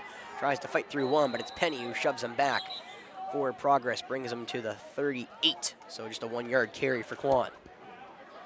In the grand scheme of things, I don't think it matters too much, but it's definitely an interesting conversation as they're right on cue. Camden will burn their second time out here of the second half. 1 first down will ice this one for the Falcons. Timeout on the field. A gritty win, Jeff, if the Falcons can hold on. You know, where they saw their lead starting to slip away, they had this game in firm control for nearly 3/4 of it. And then all of a sudden at the end, Camden starting to pound a late comeback and third, early fourth, and then a good field position for AC Flora at the 47. 2 yards from Quan. The other 45 came off the legs of Jalen Simmons.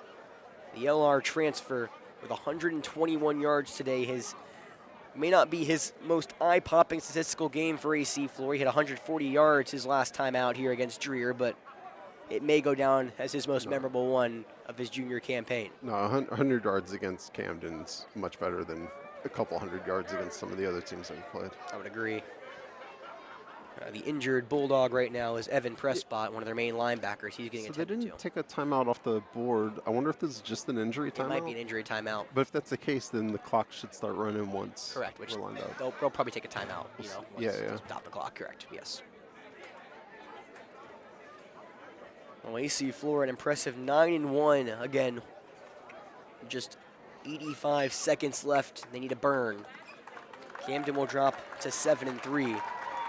Prescott will get a standing ovation, but if AC Flora can hold on for the final 85 seconds, we can finally get the Camden monkey off of our back.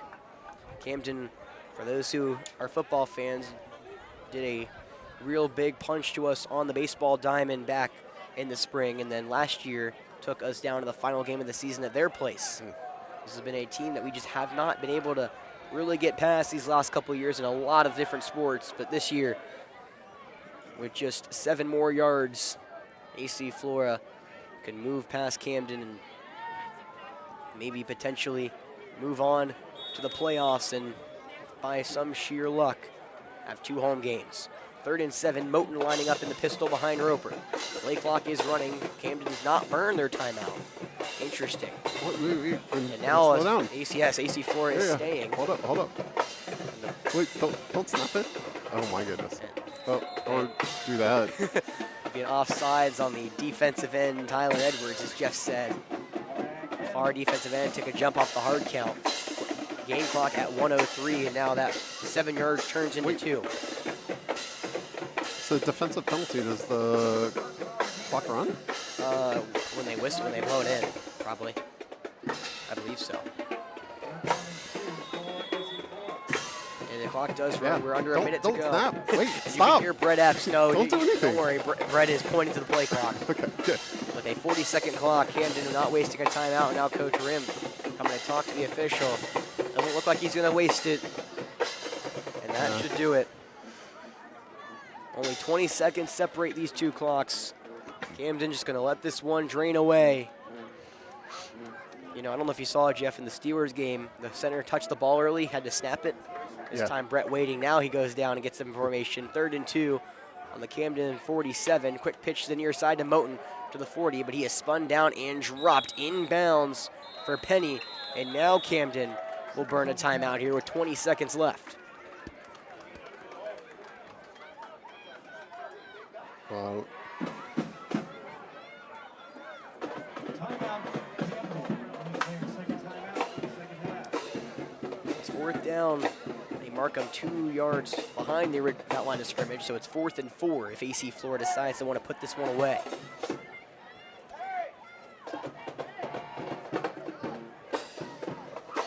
Well, Jeff, you did all the deep diving. Would you like to tell everyone who our opponent could potentially be next week? It's a good question. What did I do? So we wouldn't.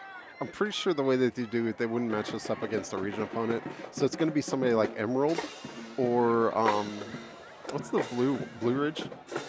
Yes, Emerald Brewage. I think Lawrence potentially was an option. Who? Right, Lawrence. Lawrence is another option. Yeah. It is a limited set. Big facing. The offense will stay on the field. They'll go for it.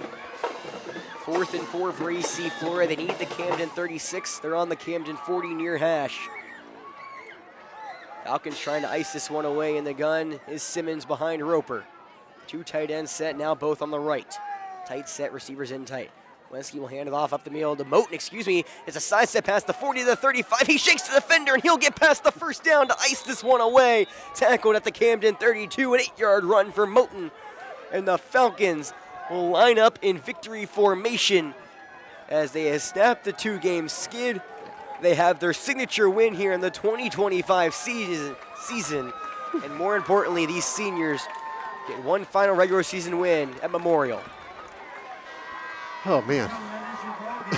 Yeah, that was a little nerve-wracking there at the end. At the end, Roper Wensky's last quarter. Roper Wensky's final line, 13 for 21, 224 through the air. However, the big one, Jalen Simmons, 22 carries, 121 yards, 2 touchdowns. The LR transfer doing the job today, and he provides AC Flora with their best win of the season, knocking off Camden in dramatic late-game fashion. Oh, man. All right, what a game. That is one of the most fun games I've had the chance to call here for football-wise. Yeah. I feel like with football, I've really got to only call 2 types of games. Either blowouts or, blowouts or mostly blow. I mean, it's honestly just blow. I mean, I don't know what I'm thinking about blowouts. Just blowouts for one team or the other. Not many games I've had to call. I've really had a chance to come down to the wire at the 4th quarter. I think the only one I can remember is Lugoff Elgin back in 2023, but this time Camden with a valiant effort at the end, all the way back to put it within 1 score, and AC Flora turned on what would be the decisive blow. Jalen Simmons with the drive of his high school career. Yep. Man. A gritty win for these AC Flora Falcons, a team that we talked about, Jeff, coming into the pregame, a team that just had not had much statewide praise as, this Camden team when it comes to a lot of the national polls. We get the state poll where we're number 3 in 4A, and I think we showed why tonight.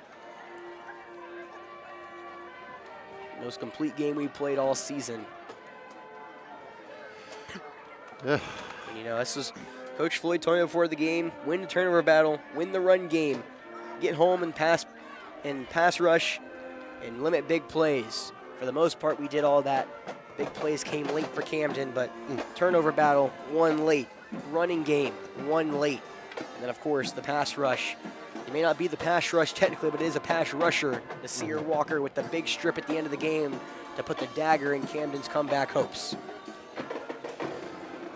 All right. So, more likely than not, we'll be the 5th seed. Is the region, ranked will be, second, third highest ranked in the upper state. But the way the seeding works is the 3 region champs will be the top 3 seeds, and then the 3 second place teams are going to be the next 3. So going into this week, Seneca was a few hundredths above Flora. The win, bumps Flora up just a little bit. And then Seneca, I think they had a bye this week. I think they were already 9-1. And then, so basically, if you have 3 non-region opponents winning games, it'll add up to each win is like 3 thousandths. So 3 wins for non-region opponents will be 100th. So we would have to have all of our non-region. I think only 3 of them are playing games this week. And then we would have to have Seneca's lose, because the region opponents, it's kind of a wash. They're, everyone's going to get a win or a loss. Yeah. You can't control. You can't gain anything from region opponents' win percentage. And then the third factor is the opponent's win percentage. That ends up being like you'd have to have 30 win differential to make a hundredth of a percentage point difference. And I guess that's theoretically possible. Your opponents have played, Yes, but I don't know how many of that. That's 100. You'd have to have, oh man, a 30 Jeff, doing math game, is hard. a 30 game difference advantage over Seneca for the 100 games that the opponents play. It's a low likelihood. I trust you. All right. Well, senior night's about to ensue, so Yeah. of course, in typical me broadcaster fashion of going through like 2 waters during the game, I'll be right back, Jeff. All right. Oh man. Yeah. No. So for some reason my hotspot wasn't working tonight, and so I've been streaming off of my phone, which is less than ideal, except that it's done a decent job, I think. The other problem is that when I'm streaming off my phone, I can't monitor the stream.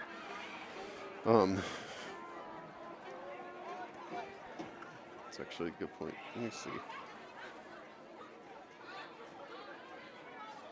Yeah, based on the graph, it doesn't look like I dropped anything. I mean, I know I dropped frames, but it didn't drop the stream. All right, waiting for the senior football players and their parents to get lined up.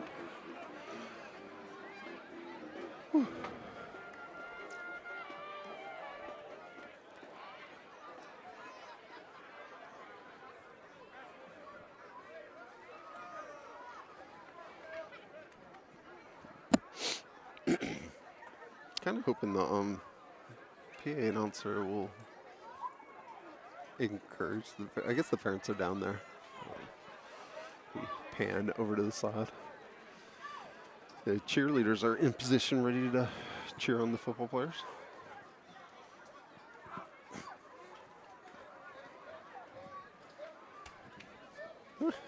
Good game.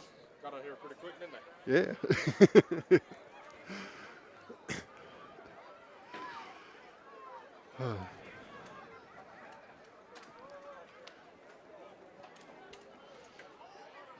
I take this. All right. I guess while we wait for everyone to line up, I'm gonna go ahead and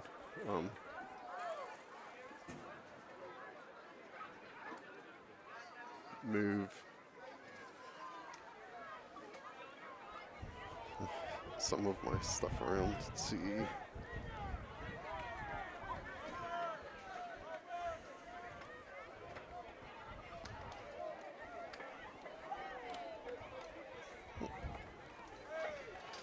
Don't need that one.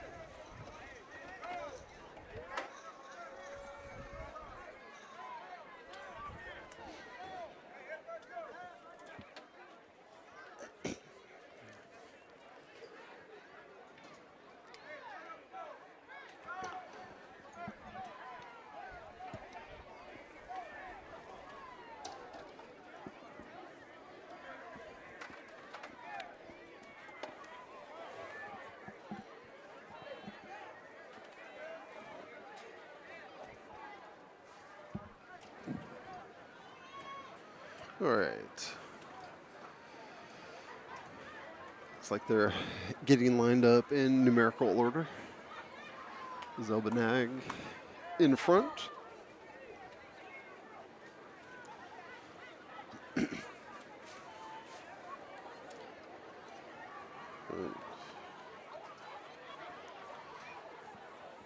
Gonna unplug something. Hopefully it doesn't mess with it. Okay, let's see.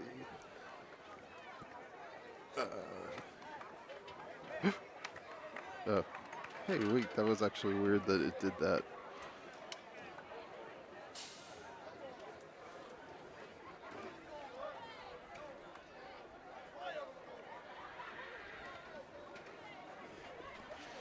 I was just unplugging an external monitor. Did not expect it to impact Excel.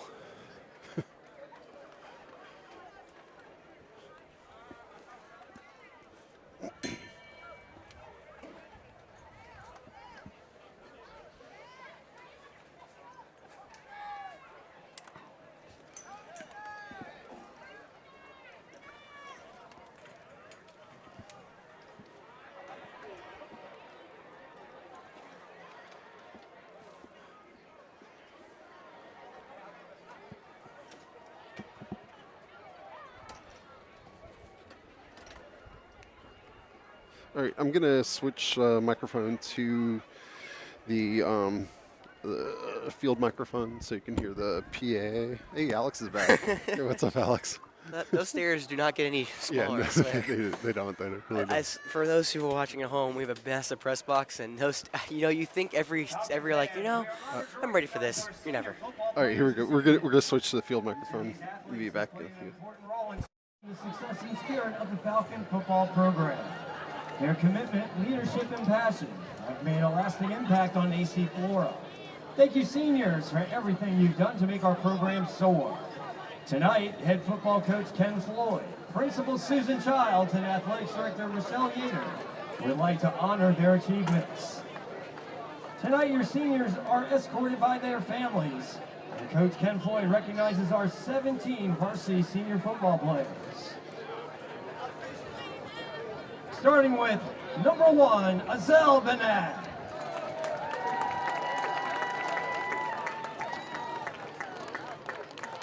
Azel is being escorted tonight by his dad, Coach Ivan Benat, his mom, Jay Matheson, and stepdad, Donald Matheson.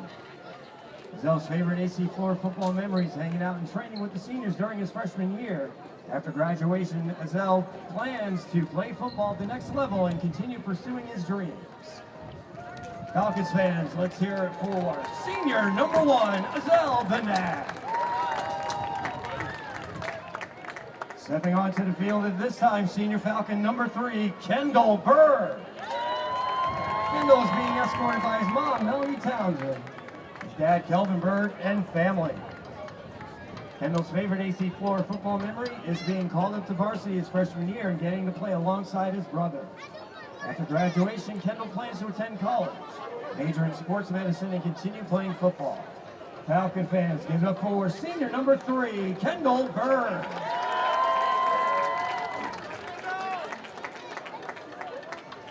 Now making his way onto the field, senior Falcon number 4, Grady Bell. Grady's being escorted tonight by his mom and dad, Haley and Jean Bell, and his brother, Hampton. Grady's favorite AC Flora football memory is attending FCA camp. After graduation, Grady plans to attend college and continue building on his Falcon spirit. Once a Falcon, always a Falcon. Let's hear it for senior number 4, Grady Bell. Next, we have senior Falcon number 5, Roper Wensky. Roper's being escorted by his mom, Kinsley Roper, and his dad, Charlie Wensky. Roper's favorite AC Flora football memories, throwing for 519 yards during his junior year against Dreer. After high school, Roper plans to continue his athletic career playing football or baseball at the next level. Make some noise for senior number 5, Roper Wensky.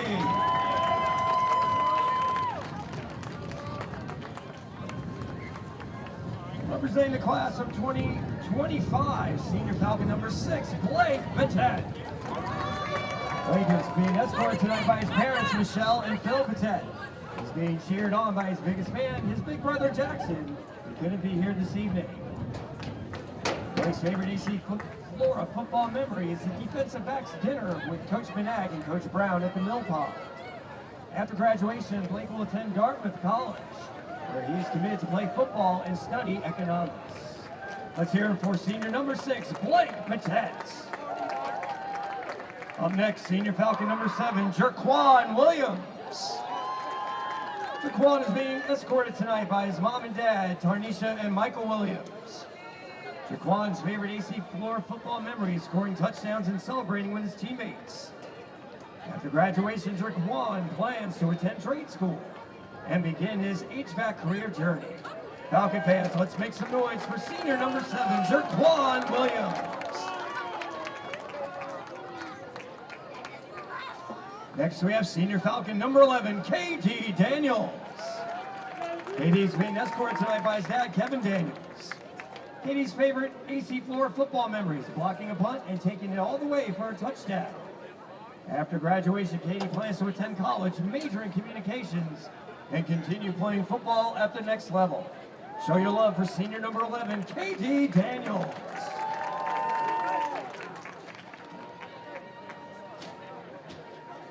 Joining us on the field, senior Falcon number 12, Jewel Johnson.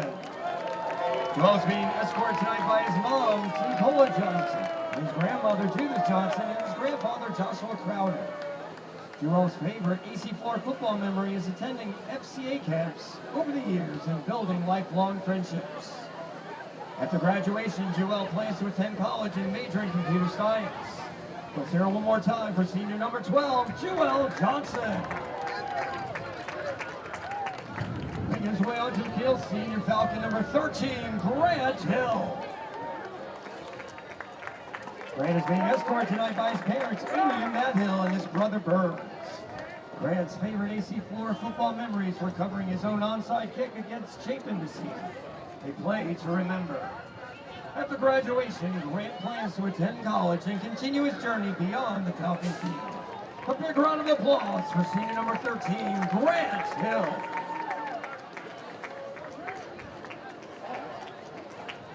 Representing the Falcons with pride, senior number 14, Charlie Scott.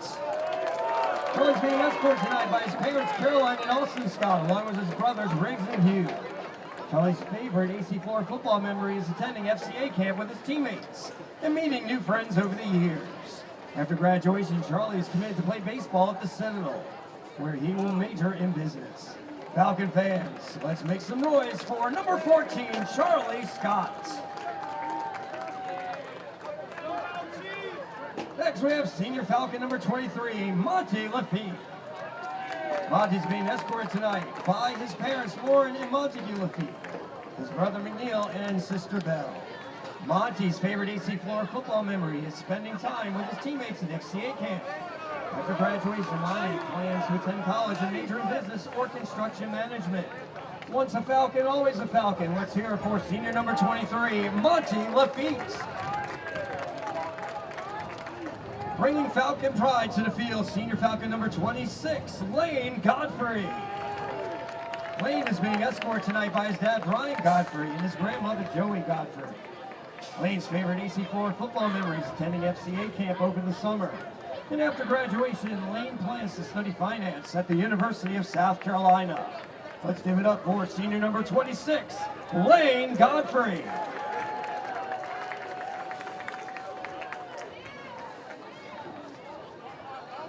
Taking his place among our senior Falcons, number 27, Jeremiah Cabanas. Jeremiah's being escorted tonight by his mom, Allison Cabanas, dad, Kenneth Berry, Nana, Aletha Whitlock, and granddad, Raymond Whitlock. Jeremiah's favorite AC floor football memories attending camp at Presbyterian College, where he grew closer to his teammates and new transfers and enjoyed plenty of fun, food, and competition. After graduation, Jeremiah plans to attend the University of South Carolina, major in exercise science, and pursue his dream of becoming a chiropractor while continuing his track career at the collegiate level. Let's hear it one more time for senior number 27, Jeremiah Cabanas. Taking the field now, senior Falcon number 30, Isaiah Watson. Isaiah is being escorted tonight by his mom, Lily Cox, and his sister, Tiana Cornelius. Isaiah's favorite AC floor football memories, catching a touchdown pass during the 7-on-7 tournament at Wofford. After graduation, Isaiah plans to attend college to study sports medicine and continue his football career. Falcon fans, let's hear it for senior number 30, Isaiah Watson.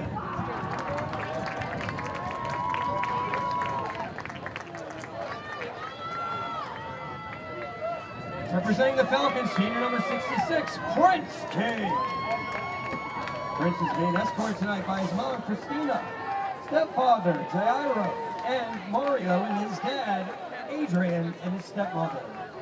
Prince's favorite AC floor football memories, attending FCA camp during his sophomore year. And after graduation, Prince plans to attend college and study business. Make some noise for senior number 66, Prince King.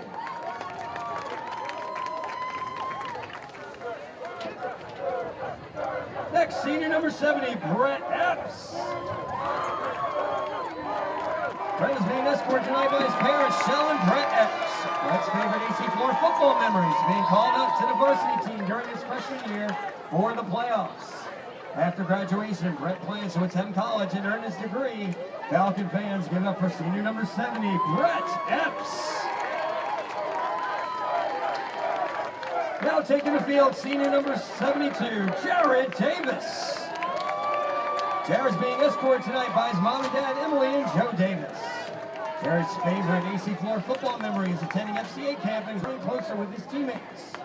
After graduation, Jared will attend the University of South Carolina. Go Cox! Will he be studying accounting and marketing in the Darla Moore School of Business? Once a Falcon, always a Falcon. Let's hear it for senior number 72, Jared Davis.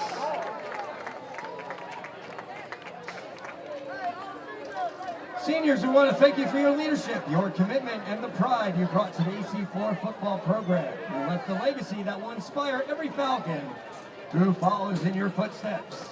On behalf of your coaches, teammates, families, and fans, congratulations to the class of 2026 seniors.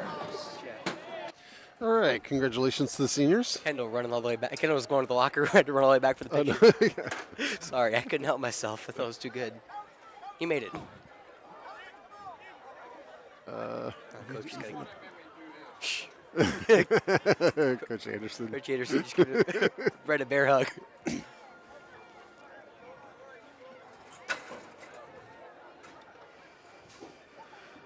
All right. It's a good senior class. Glad that they were able to celebrate this after a win. I know. You know, we were holding our breath there at the end, Jeff. Oh man. Got one scored. I said, don't let this happen. Not on senior night. All the cheerleaders I get into now. Oh yeah. Senior cheerleaders, I guess. Yes. Yeah. All right. I think the lens is big enough for the photo. What's that, lens? Yeah, I think the lens is big enough for the photo. Yeah. Awesome. All right. Well, thanks to everyone for watching. We will be back here next Friday. Yes. Home next Friday, no matter what. So. No matter what. Yeah. And then I'll be here. I'll be right here on Wednesday too. For I think Creighton is playing against Hand for the district championship. Shocker. Yeah. It's like the way it is 3 out of 4 times. All right. Yeah, thanks for watching. Thanks for joining me, Alex. Thank you for having me. It's going to hopefully be a fun playoff run now. Let's go deep. Yeah, let's see how it goes. Oh, yeah. All right, see you.